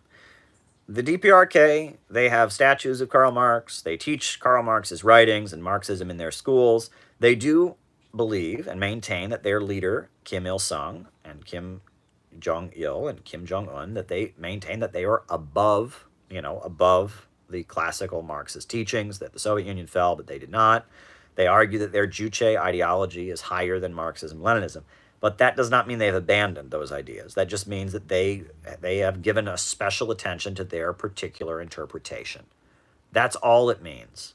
That's all that means. And I have heard people claim in North Korea it's illegal to own the Communist Manifesto. Bullshit. I've heard people claim, oh, it's illegal to own the writings of Marx in North Korea. Bullshit.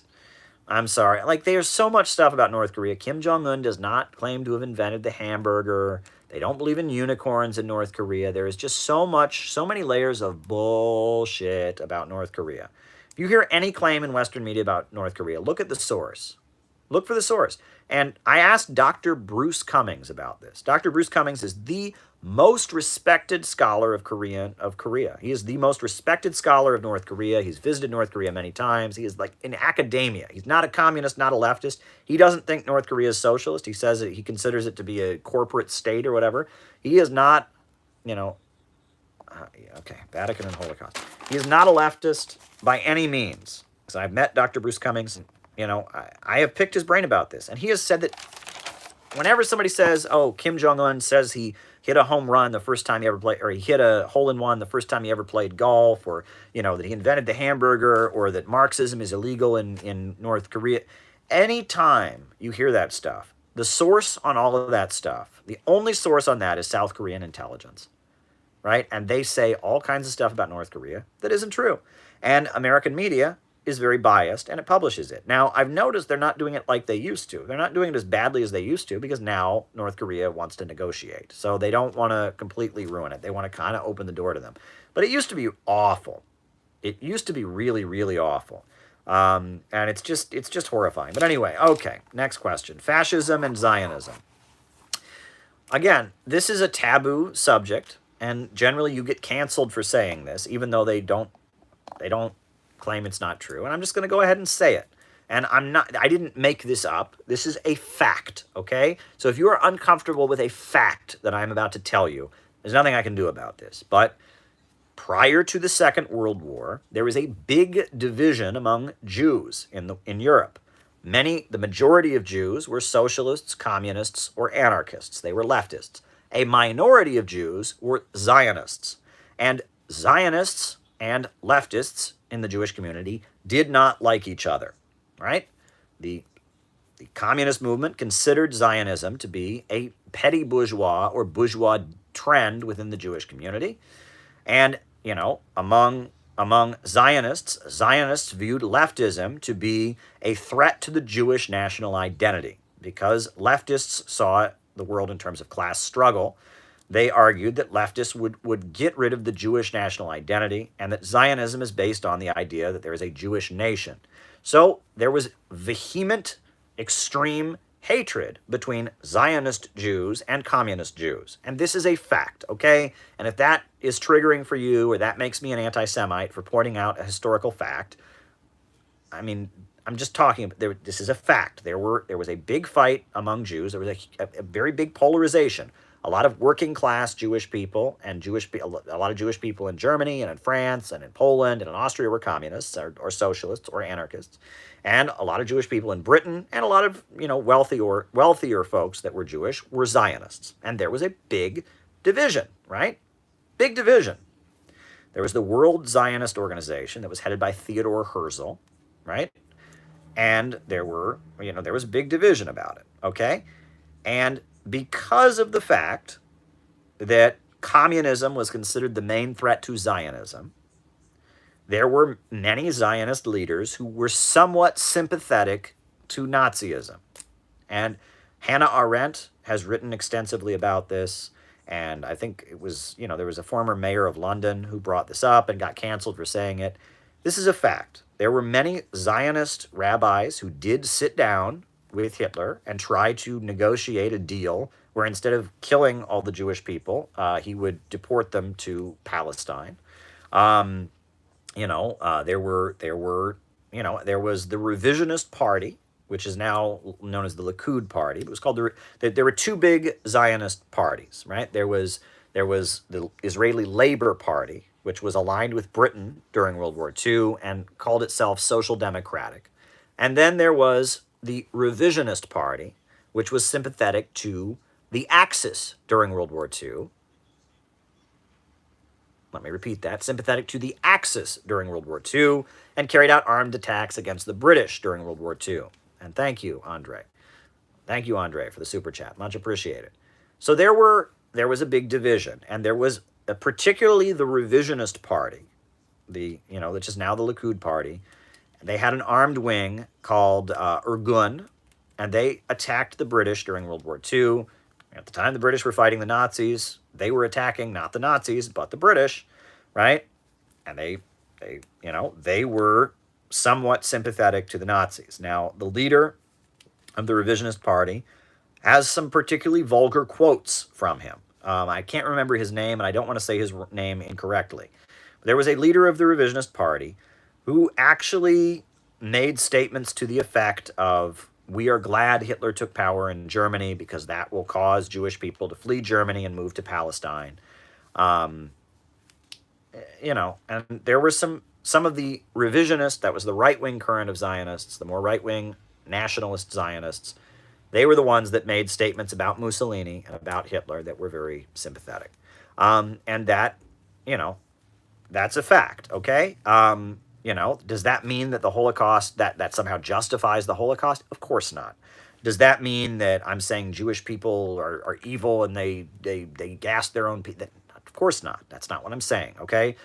And whenever you talk about this, people jump on this and say you're anti-Semitic. But this is, yes, there was a big divide in the Jewish community between communist sympathizers and social democrats and anarchists and Zionists. And the Zionist wing, because it was so opposed to the communist wing, there were a number of instances where it made friendly gestures towards the Nazis, okay? And that's a fact, and it's taboo, and if you bring it up, you're considered a bad person. And I'm sure I'm considered a bad person for bringing it up, but, that happened, and it's a bad thing. So, there you go. That's that. There's not much more to say about it. Okay. All right. The Dalai Lama and the CIA. The Dalai Lama and the CIA. Well, the Dalai Lama ran Tibet And then, it was part of China after the Chinese Revolution. Mao at first made a deal with the Dalai Lama. He said, I'll let you be in charge of Tibet. But then the serfs of Tibet, the peasant majority of Tibet, became heavily influenced by Chinese communism. And so they staged a revolution. And they started redistributing the land. And the Chinese government, of course, supported the serfs of Tibet in rising up against the landlords and overthrowing feudalism. So then the United States, it gave military training to Tibetan feudalists, including the Dalai Lama's brother. And the United States, with the help of, with the CIA, armed and trained Tibetan feudalists. And there's a whole thing called the Tibet Civil War. You can read all about the Tibet Civil War. It is a historical fact. There's a whole book that was published, The CIA's Secret War in Tibet. Hundreds of thousands of people died in a very, very ugly civil war in the 1950s called the Tibet Civil War.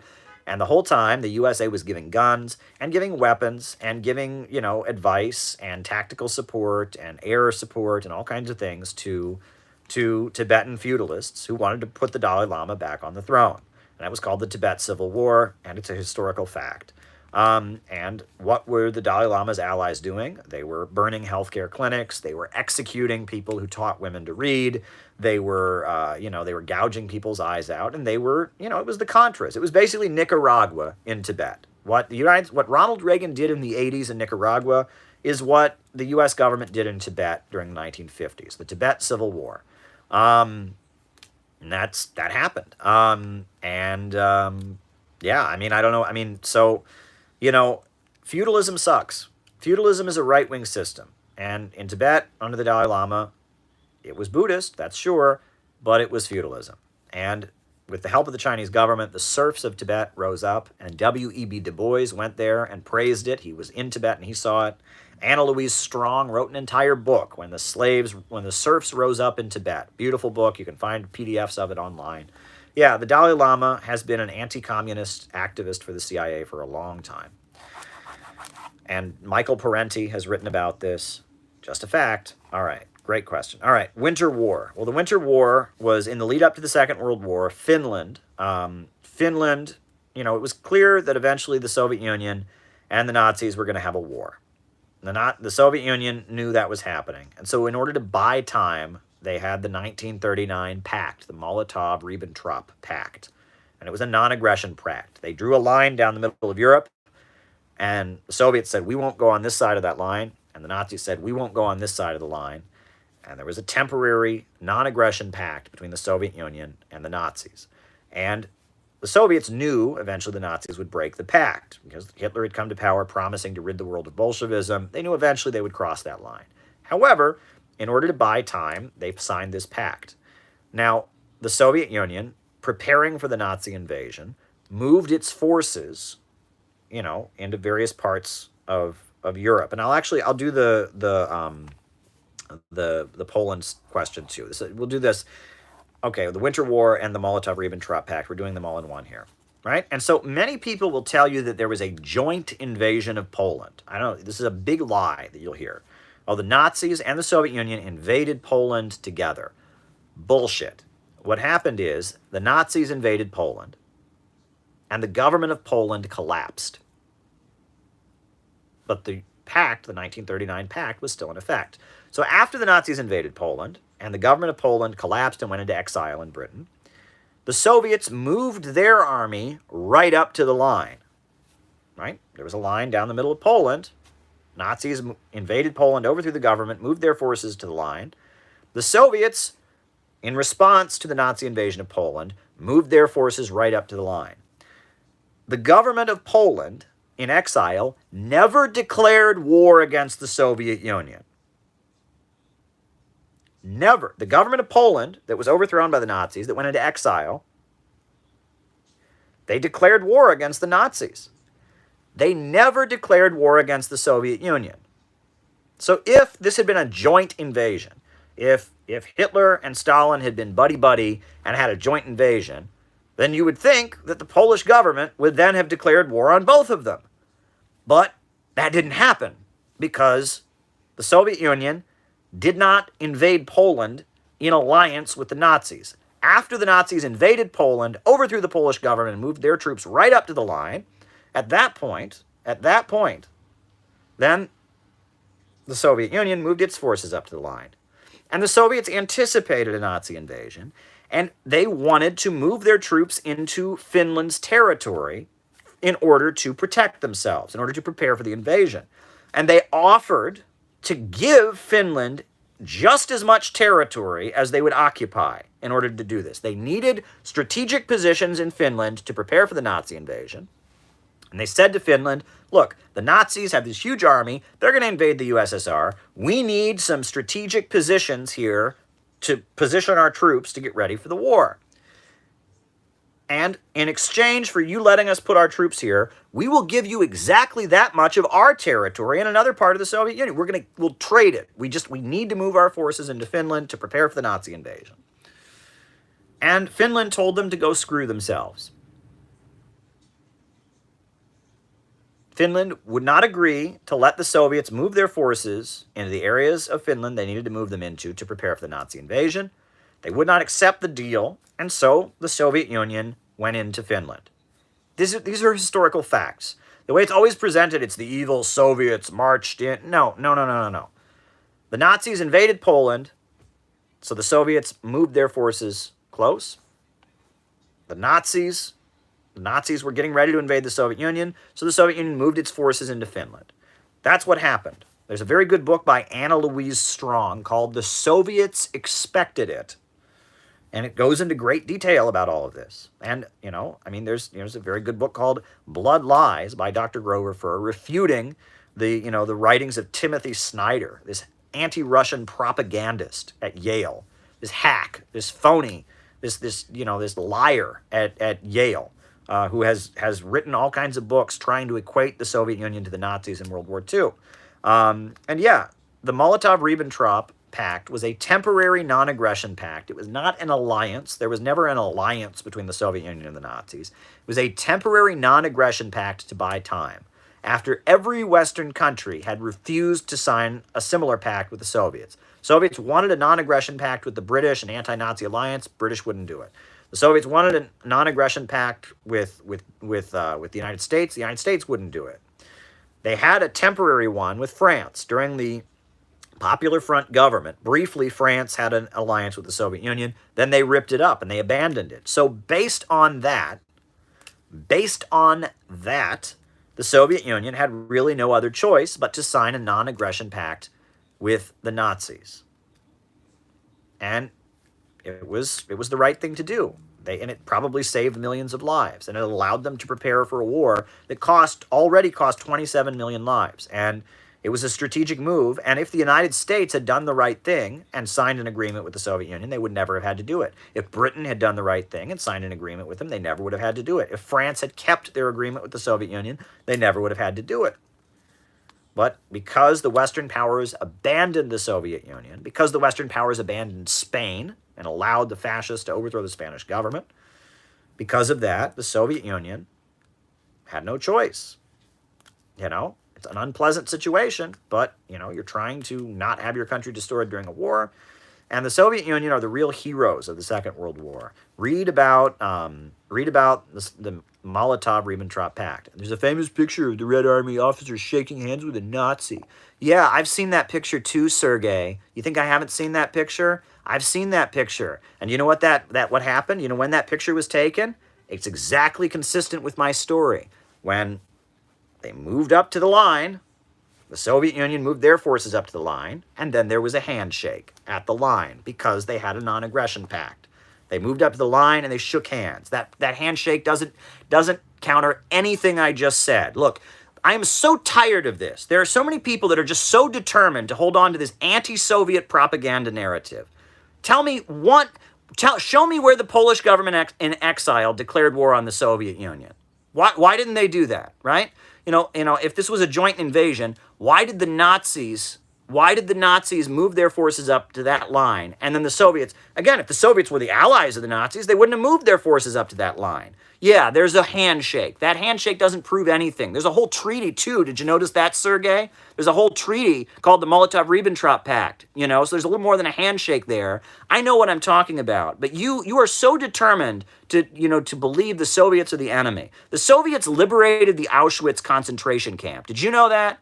Well, American IBM designed the punch card machine for the Holocaust, right? The big American computer company designed the punch card machine for the Holocaust. The Soviet Union liberated all the concentration camp prisoners, but you equate them. Why? Because you want to support a new world war, right? You're trying to push anti-Russian propaganda and put a new world war. You would equate the country whose punch card machines designed the Holocaust, you know, I mean, you would equate them with the country that liberated the concentration camps. You know, in Nazi Germany, they would execute people who were resistance fighters.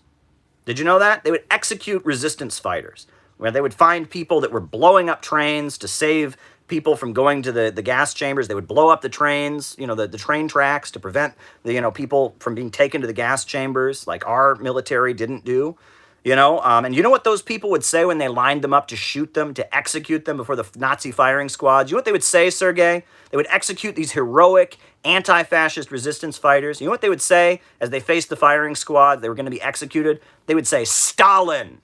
They would clench their fists and they would say, Stalin, because that was the name that struck terror into the hearts of the Nazis.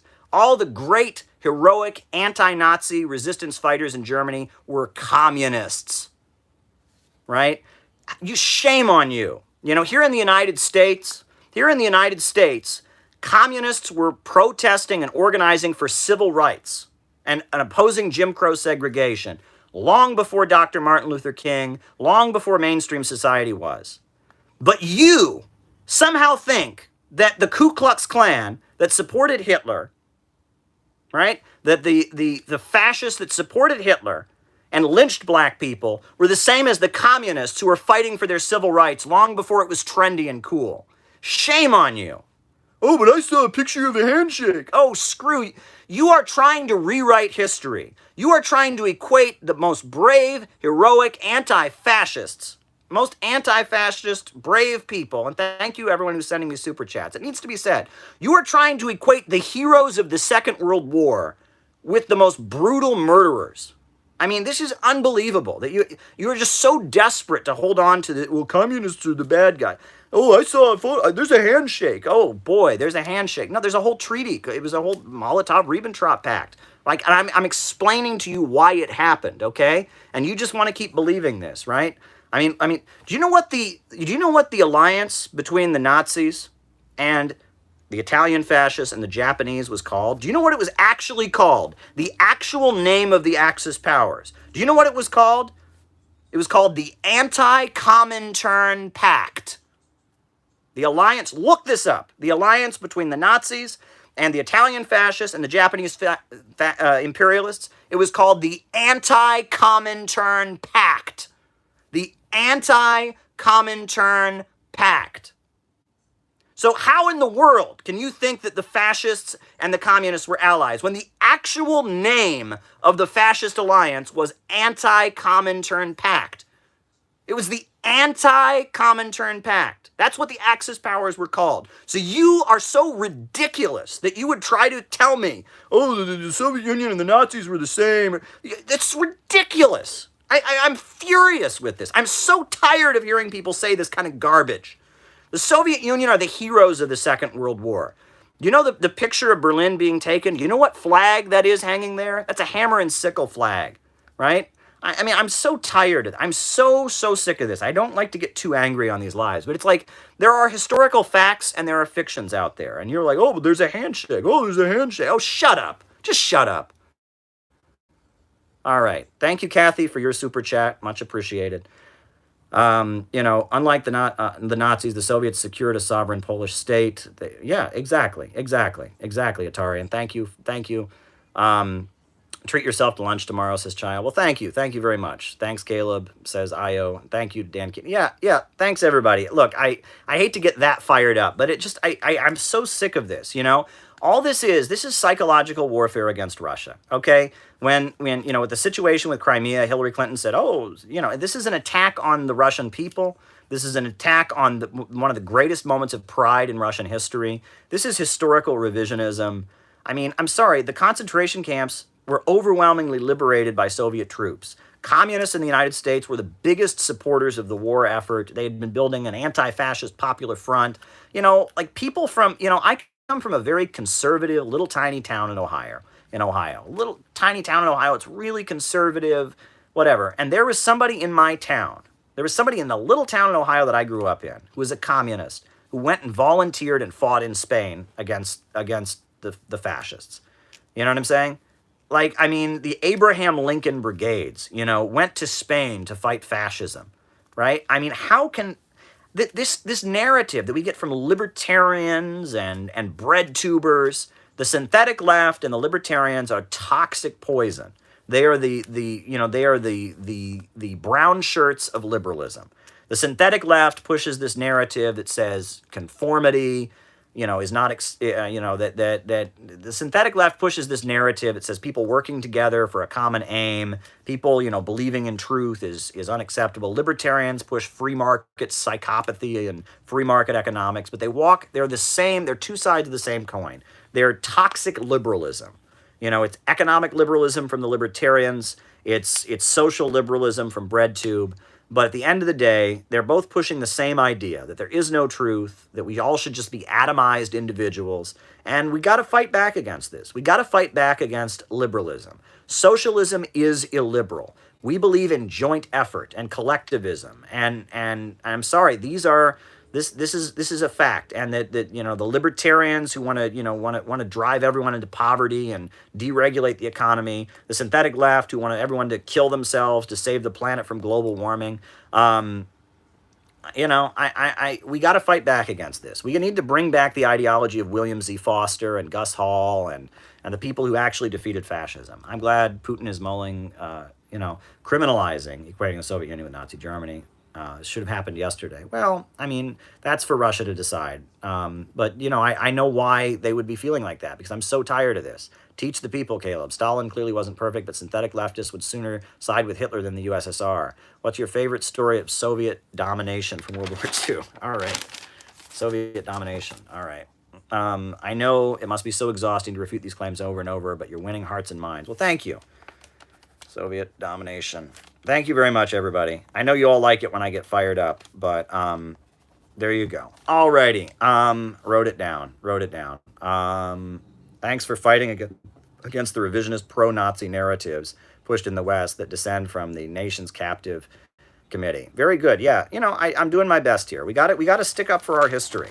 I'm sorry, but I'm not going to let people equate my comrades with Nazis. I'm not going to do it. What do Ukrainian leftists do now that they've been criminalized? Well, look, I mean, in the eastern regions, they've broken away. They've formed separate governments, right? And, you know, they're organizing. Look, I mean, just because you can't legally organize doesn't mean you have to stop organizing, right? Just because you can't organize in your own name. Look, there are, even in brutal military juntas, right? In Argentina, when there'd be like a brutal military junta, everyone knew where the communist neighborhood was. They wouldn't legally have the Communist Party, but everyone knew certain neighborhoods were communist. And the same for Chile, the same for Venezuela. You know, I mean, it's like, you know, even under dire circumstances, we always find a way to organize. So there you go. All right. Car Wash movie of the 1970s. I haven't actually seen that movie. I saw like clips of it on TV once, and I've heard many leftists reflect on the scene with the kid with the little red book, but I haven't actually seen that movie. You know, in the 1970s, there's a lot of movies. I've heard many people say that the writers ran Hollywood, right? I don't know if you've ever heard this, but like, have you ever noticed, like, in the 1970s, there are a lot of like movies that are very long. I don't know if anyone has ever seen A Saturday Night Fever, which is a classic movie with John Travolta. That movie goes on and on and on, and it actually gets a little bit dull at one point. But That's because Hollywood, Hollywood, the writers had a lot more power, and writers, they want to do wild things. Nowadays in Hollywood, the producers can step in and say no, no. But yeah, there are a lot of movies in the '70s that have very elaborate, complicated stories. Um, very elaborate, complicated stories. And so I haven't seen Car Wash. I don't know if it fits that category. But there's a lot more character development in '70s movies because of that, often. A lot of these '70s movies that go on, they have a lot more character development and all that. It's because of the power of the writers. But I haven't seen Car Wash, so I can't really comment on that. Colonialism is fascism. Well, it's interesting because, I mean, okay, so colonialism is fascism. Colonialism is when one country seizes another country. And you can talk about colonialism like when Europe was seizing parts of Africa or Asia or the Americas. That was like a stage that laid the basis for the development of capitalism in the West. That's colonialism as a phenomenon, and colonialism involves genocidal mass murder. So if you define fascism as simply genocidal mass murder, in that sense, it's fascism. But it's not fascism in the sense that in the economic Bonapartism sense I was describing at the opening of this live. But it is that. I can see why you feel that way, and there are certainly parallels because it's genocide, it's murder, it destroys indigenous populations. It's you know, um, so there you go. That certainly there's certainly similarity there, and also every fascist regime engages in colonialism, and this is one thing that the like the third positionists, people that want to call themselves fascists but appeal to like a leftist narrative and such. Some of these like third positionist elements. Like I argued with this third positionist dude. I had a debate with one of these third positionist fascist guys. And he was saying that he supported Gaddafi, but he also supported Mussolini. And I said, you can't do that because the national hero of Libya under Gaddafi was Omar Mukhtar, who was executed and killed by Mussolini. And that a big part of Italian fascism was colonizing Africa. And that is true, right? Under Mussolini, Italian fascism seized Ethiopia. It put all the people of Libya into concentration camps in order to put down their uprising and rebellion. Um, you know, and what did Germany do? Germany had been stripped of its colonies after World War II, and a big part of fascism was Italian fascism or a German imperialism trying to re-seize its colonies. Look, Franco, right, the fascist dictator of Spain. Where had he been? He had been the colonizer general of North Africa, and in fact, a lot of his troops were Moors, were Africans. So this narrative that somehow fascism is against globalism, fascism is for the nation. Bullshit, bullshit. No, it's for the imperialists of one particular nation. Maybe it's not for some of the more international interests, but it's for the imperialists of one particular nation. All right. The U.S. invasion of Panama. It was in the early, like 1990, 1991, right? And Noriega was the leader of Panama, and he was the leader of Panama, Manuel Noriega. He'd been a U.S. ally, but he became kind of a Bonapartist, and he was doing progressive things and acting a lot of social programs. And then the official reason given for the invasion of Panama was that Noriega had fired on U.S. troops.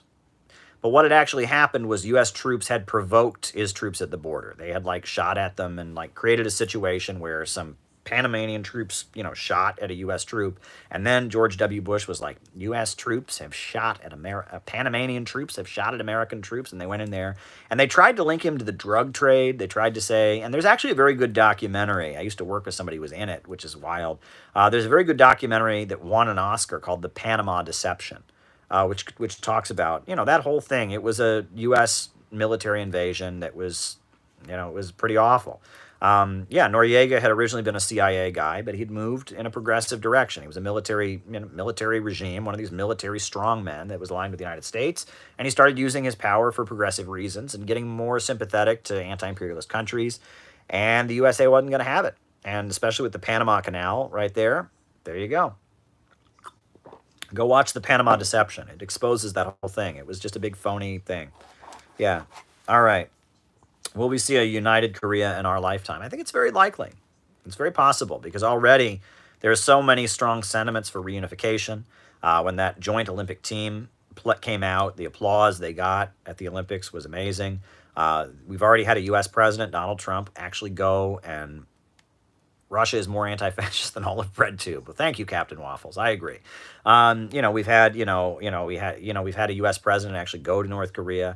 I think the door to Korean reunification, peaceful reunification of the Korean Peninsula is certainly possible. I think it's very possible we will see it in our lifetime. All right. What did China learn from the downfall of the Soviet Union? Well, when President Xi Jinping came into office in China, he required all members of the Chinese Communist Party to watch a documentary about the fall of the Soviet Union. And they go into great detail about how the Soviet Union, they were non-ideological. There was a watering down of their ideology. There were official studies. You can read in a lot of academic journals. There were academic studies of the fall of the Soviet Union that were published. They were published by the Chinese Communists. They studied the fall of the Soviet Union in great detail, and it was lack of ideology was the main thing. The fall of the Soviet Union, there was a lot of people who just weren't very ideological. The population largely didn't step up to, fight for them, and the military especially didn't step up to defend the Soviet Union. All right, so there you go. SNP victory. Well, again, the SNP, like I said, they framed it originally as an anti-austerity struggle, but now it's more about getting back into the European Union, and there's the Brexit situation. So, there you go. All right. Will Scotland exit the UK? I think it's very possible. Look, I'll just be honest. I do think that it's very, very possible that Scotland will exit the UK, right? I think it's possible, and I think Wales may exit soon. And I think, I think that, because of the economic crisis in Western society, and particularly in Britain, it's very possible that we will see the breakup of the United Kingdom. I think it's very possible. It's not guaranteed that it will happen, but it's certainly very possible. Certainly, absolutely very possible. Kwame Nkrumah, Neocolonialism, the Last Stage of Imperialism. Very important book written by Kwame Nkrumah right before he was removed. I believe he was removed by a coup following that. And that book exposes how after World War II, the United States engaged in neocolonialism. And how the USA, even though these countries were technically independent, they weren't colonies anymore, their economies were dominated by the United States. And it's a very meticulous and careful work showing economically how the United States and Britain and other Western countries dominate African countries. Kwame Nkrumah was the leader of Ghana. He was an African socialist, a father of African socialism. An amazing anti-imperialist, and yeah, he wrote that book, Neocolonialism, and that was actually listed by the CIA as one of the reasons they moved against him. So there you go. All right. Is it materials supported by the West? Can they not be fascist? Is it impossible or does someone have to be materially supported by the West in order to be fascist? That's a good question. I don't think so necessarily. Not necessarily. I think it's possible you could have some force that was not supported by the West that was fascist. But overwhelmingly, they would be supported by the West. And that's because fascism is about beating back social progress and maintaining existing hierarchies. And the primary hierarchy in the world today is the domination of the world by Western countries, imperialism. So if a country is anti-imperialist, it's already dismantling one of the biggest hierarchies in the world, and fascism generally is about engaging in mass destruction and terror to reinforce existing hierarchies. So it's very unlikely. That's not to say there aren't fascist forces that would engage in kind of anti-Western demagogy. For example, the Wahhabis, right? The ISIS forces, ISIS, Al-Qaeda, those kind of forces are very anti-Western in their rhetoric. They rant against America all the time, but the USA supports them against anti-imperialism in the Middle East. It's since the 1980s at least, there's been U.S. covert support for Osama bin Laden-like forces, Al-Qaeda, forces like that. But they do talk against the West, right? And you really, in order to understand fascism, you have to understand George Sorel. You have to understand Gangs and Counter-Gangs by Frank Kitson. You have to understand fascism is about building a mass movement of violence and terror in order to stabilize capitalism and beat back the threat of social revolution. And like Reverend Sun Myung Moon, the leader of Korea, the Korean leader, Korean pastor who formed the Moonies, that was a fascist group. They're fascists, but while they claim to love America and stuff, they're actually very anti-American. If you get to know them, the Moonies, they thought Americans were stupid, that we're all sinful. They thought Koreans were the master race. That Koreans are the master race, that Korea will rule the whole world, that their ideology, on the surface it looks very pro-American, but if you really get to know them, it's actually like Korean fascism. And part of that is this belief that Americans are decadent, sinful people that are too liberal-minded. So, are they anti-Western? Well, they're aligned with the CIA, they're, aligned with the Republican Party of the United States, and that's the thing. A lot of times fascists will have anti-Western demagogy. But at the end of the day, there is a relationship with the West because they're preserving forces that the West, just like, Al Qaeda and all of them, right? So it's complicated. But at the end of the day, fascism is about reinforcing hierarchies. The biggest hierarchy in the world is Western imperialism.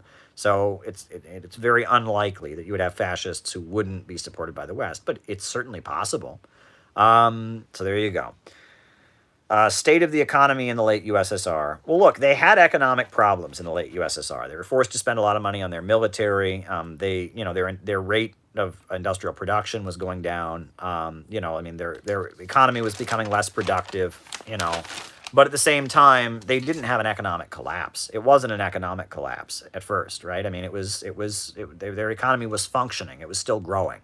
The collapse came after capitalism was restored. It was the shock therapy neoliberal economics that brought the collapse. But, the USSR, they were having significant economic problems in the late 70s and 80s. They were, no doubt about it. They needed an adjustment, but they weren't collapsing. It wasn't, the collapse was imposed. It was a political defeat that then led to the economic dismantling of socialism.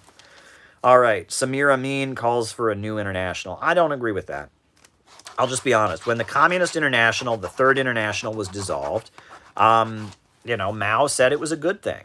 And he said that it was a good thing because the Chinese Communist Party had not been listening to the International for years, right? And that the communist parties of the world had matured to the point they didn't need an international. And honestly, I think that's correct. The idea that all the communists in the world would be unified in taking orders from one global communist, I don't think that would be a good thing, honestly. The needs of socialist countries and the needs of revolutionary movements in non-socialist countries often do not line up, right? The Chinese Communist Party, the only reason they came to power was because they had a very different strategy and a very different approach to politics than the Soviet Union had. They built a movement among the peasantry. They waged people's war in the countryside and redistributed land. This whole strategy Mao came up with called New Democracy. It's good that they did that. It's good that they weren't listening to the Communist International. And that's why Mao was very happy when the Comintern dissolved. And that, ultimately, this is, at the end of the day, having an international in the modern world, I am all for international conferences. I've been to many international communist conferences. They're amazing. I'm all for international communist conferences and gatherings. I'm all for dialogue, bilateral meetings between communist parties. But the idea that we should have an international where every party is getting we have a central line that comes from the Comintern, no, I don't think we need a new Comintern. I'll be honest. I'll just be honest. We don't need a new Comintern. We don't need a new international. And people are stuck in the past, right? This isn't the 1800s. This isn't the 1900s. This isn't, and every Trotskyite's got an international, right? That's a joke I heard. What do you call 4 Trotskyites stuck in an elevator? A new international, right? It's just, it's like, how many Fourth Internationals are there, right? How many Fourth Internationals are there, right? There's at least 7. At least 7 Fourth Internationals. Give me a break. And there's a 5th International. I know Hugo Chavez called for a new international, but I don't think we need that. I think that communists in the United States should be friendly with communists around the world. They should be friendly with socialist countries, but ultimately they should make their own tactical and political decisions. And, international gatherings, that's good. But having a new Comintern, I don't think it would be a good thing. I'll just be honest. I think that we need more sovereignty on the part of communist parties. All right, imperialists, are they creating chaos in Africa? Of course they are. Of course they're creating chaos in Africa.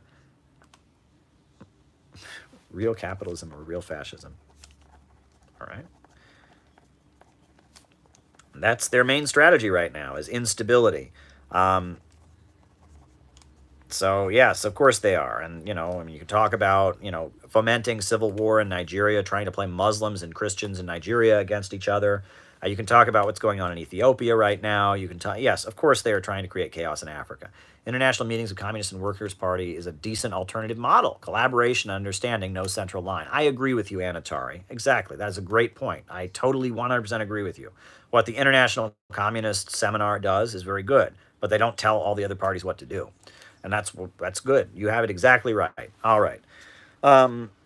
Imperialists creating. Oh, I did that one already. Have I ever been on a battlefield? Yes. When I was a kid, my parents, our vacations were often to Civil War battlefields. My father was very interested in Civil War history, and my mother wanted us to be educated, and so we went to Antietam, and we went to Gettysburg, and we went to, I think we went to Boston, we went to Lexington and Concord and Bunker Hill. And yes, when I was a kid, my parents took us to many, many, many battlefields.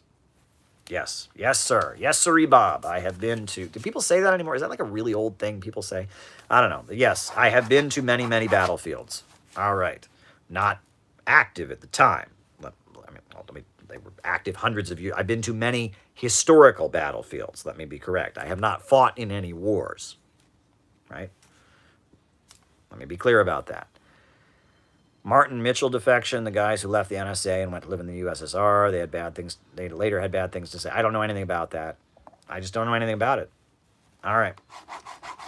Why did China invade Vietnam? China invaded Vietnam because China was aligned with Cambodia, with Pol Pot's government in Kampuchea, Democratic Kampuchea. Pol Pot attacked Vietnam.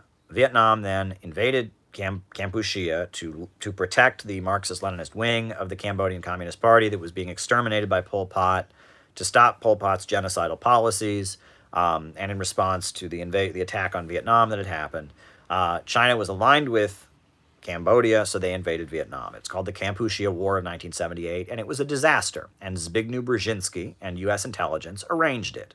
And it was about getting communists to kill other communists. That's what it was. And that was Brzezinski's strategy. Make the USA look benevolent, like it's retreating, and then use covert manipulation to get communists and anti-imperialists to kill each other. And that's what they did during the Iraq-Iran War, right? You had Ba'athist anti-imperialism in Iraq and the Islamic Revolution of Iran, two anti-imperialist forces killing each other. You had the Euro-communism with, this was the strategy. This is Zbigniew Brzezinski's covert strategy for fighting communists and anti-imperialists, right, is manipulate them against each other. As he put it in his book, The Grand Strategy, keep the barbarians killing each other. The grand chessboard. That's how he put it. The grand chessboard. That's how Brzezinski put it in his grand chessboard. Keep the barbarians killing each other. That's what they think of all the peoples of the world that resist them. They think they are barbarians, and that is the strategy of Brzezinski. All right. Glasnost and perestroika. I answered this on the last live. I'll say it again. The way both of them were implemented led to the downfall, right? And that the problems were deeply entrenched, and that Gorbachev was from the westernized wing of the Soviet Communist Party that didn't really believe in communism anymore. Perestroika and Glasnost were both an attempt. They were trying to turn the USSR into something like Sweden or Norway, into like a European social democratic country.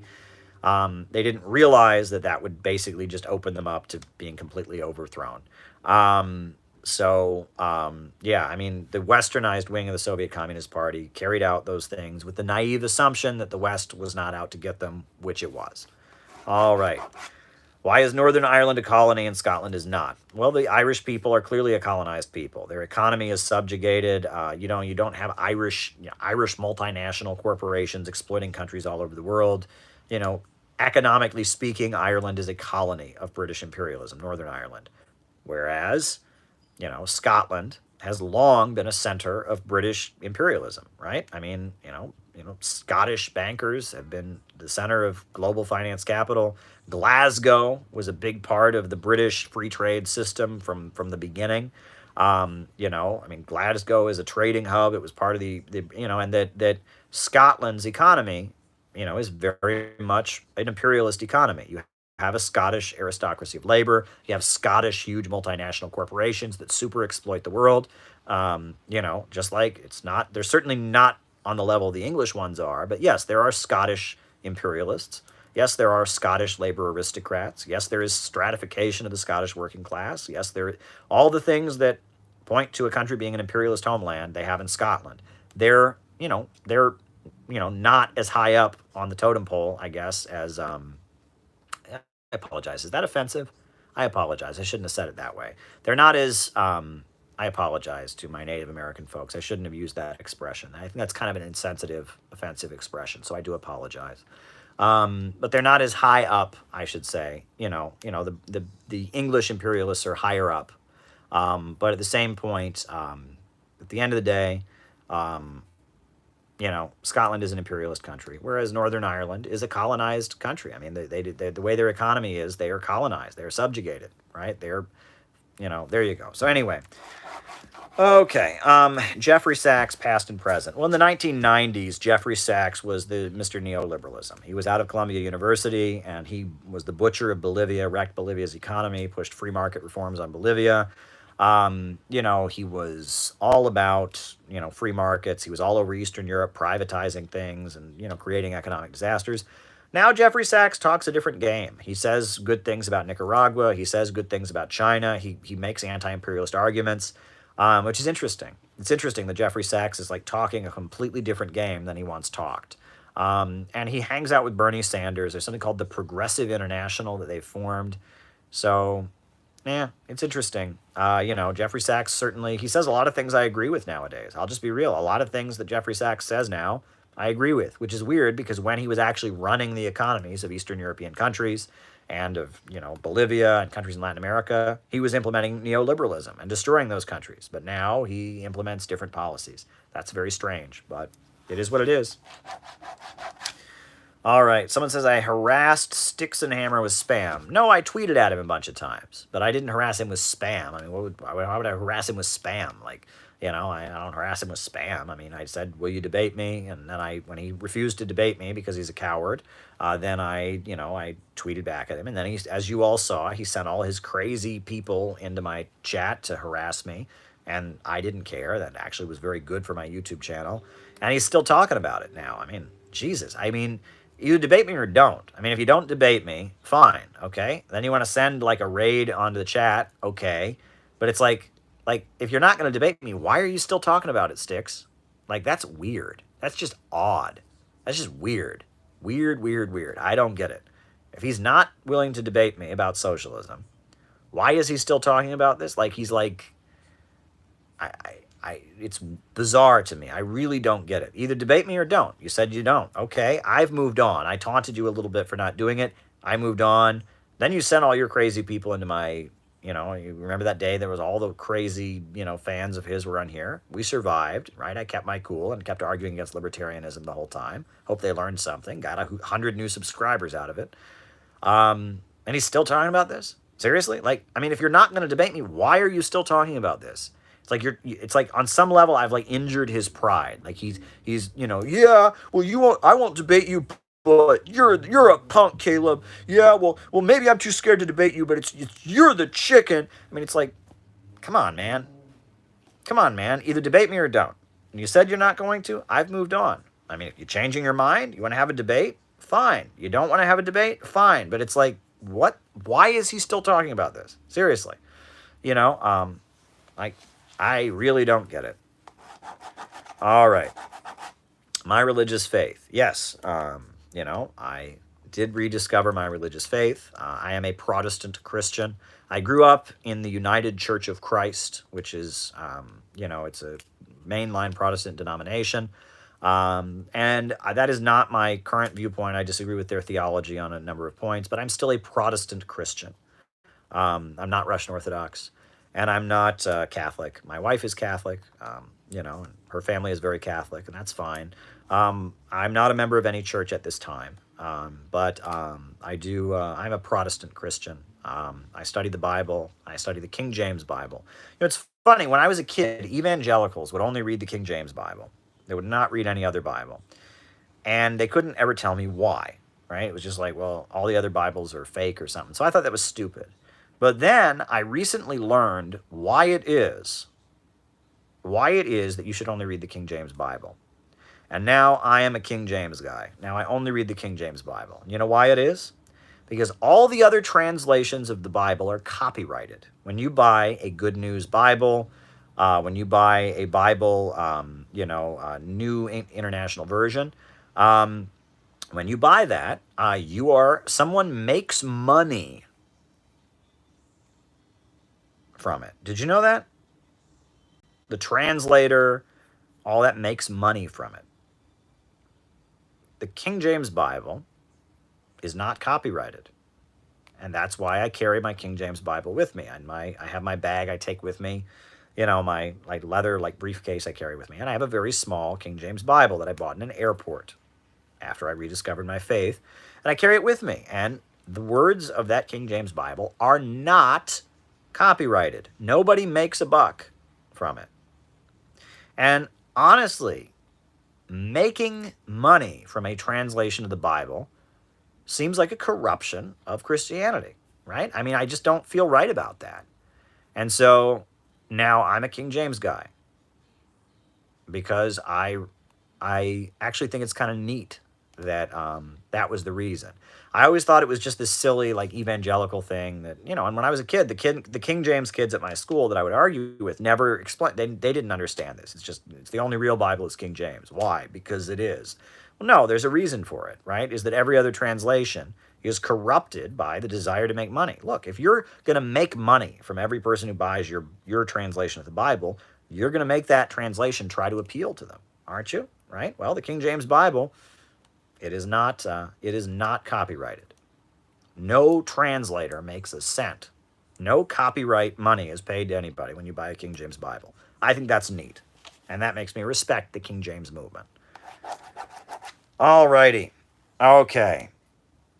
The Vatican and the Holocaust. Yes, the Vatican, there's a lot written about it, but the Vatican, there were many priests who spoke up and said the Holocaust is happening, we need to do something. The Vatican was silent. And I don't want to get into the specifics of it because I may get it wrong, but this is a scandal, right? The complicity of the Catholic Church with fascism, the complicity of the Catholic Church in the Holocaust,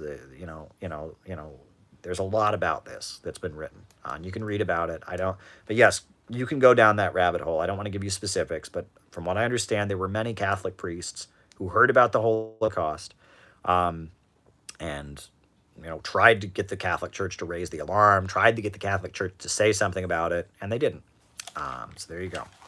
My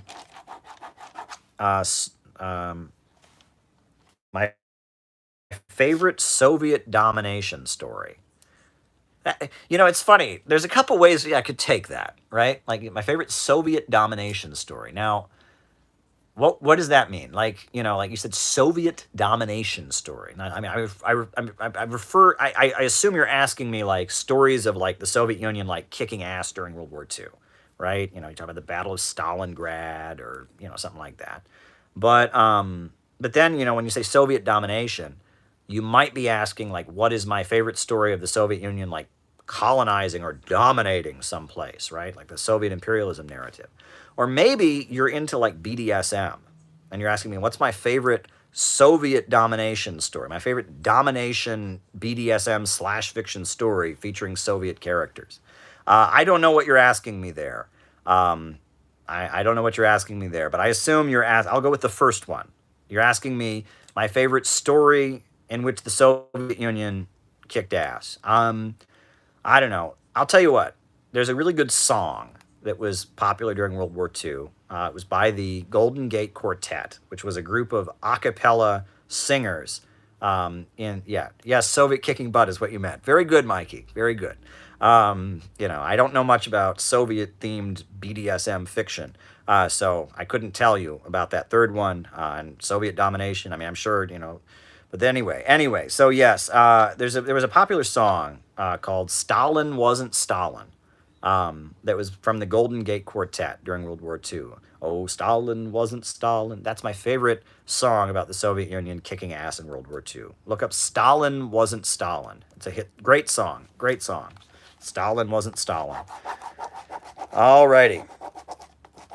Okay. Stalin wasn't Stalin when he told the beast of Berlin that he'd never rest contented till they'd driven him from the land. Yeah, it's good stuff. All right. What about people who say that real capitalism and real fascism has never been tried? Well, okay, we have to be clear what the definition of capitalism is. All right, capitalism, according to me, is when the economy is organized to make profits for a group of owners. Libertarians say, oh, no. Capitalism is a society in which there's no government whatsoever. Ayn Rand wrote a book called Capitalism, the Unknown Ideal. Well, if you define capitalism as like some completely, totally free market, I mean, then you can not be responsible. Stefan Molyneux who pulled this crap when I debated him. Then you can try to not be responsible for, try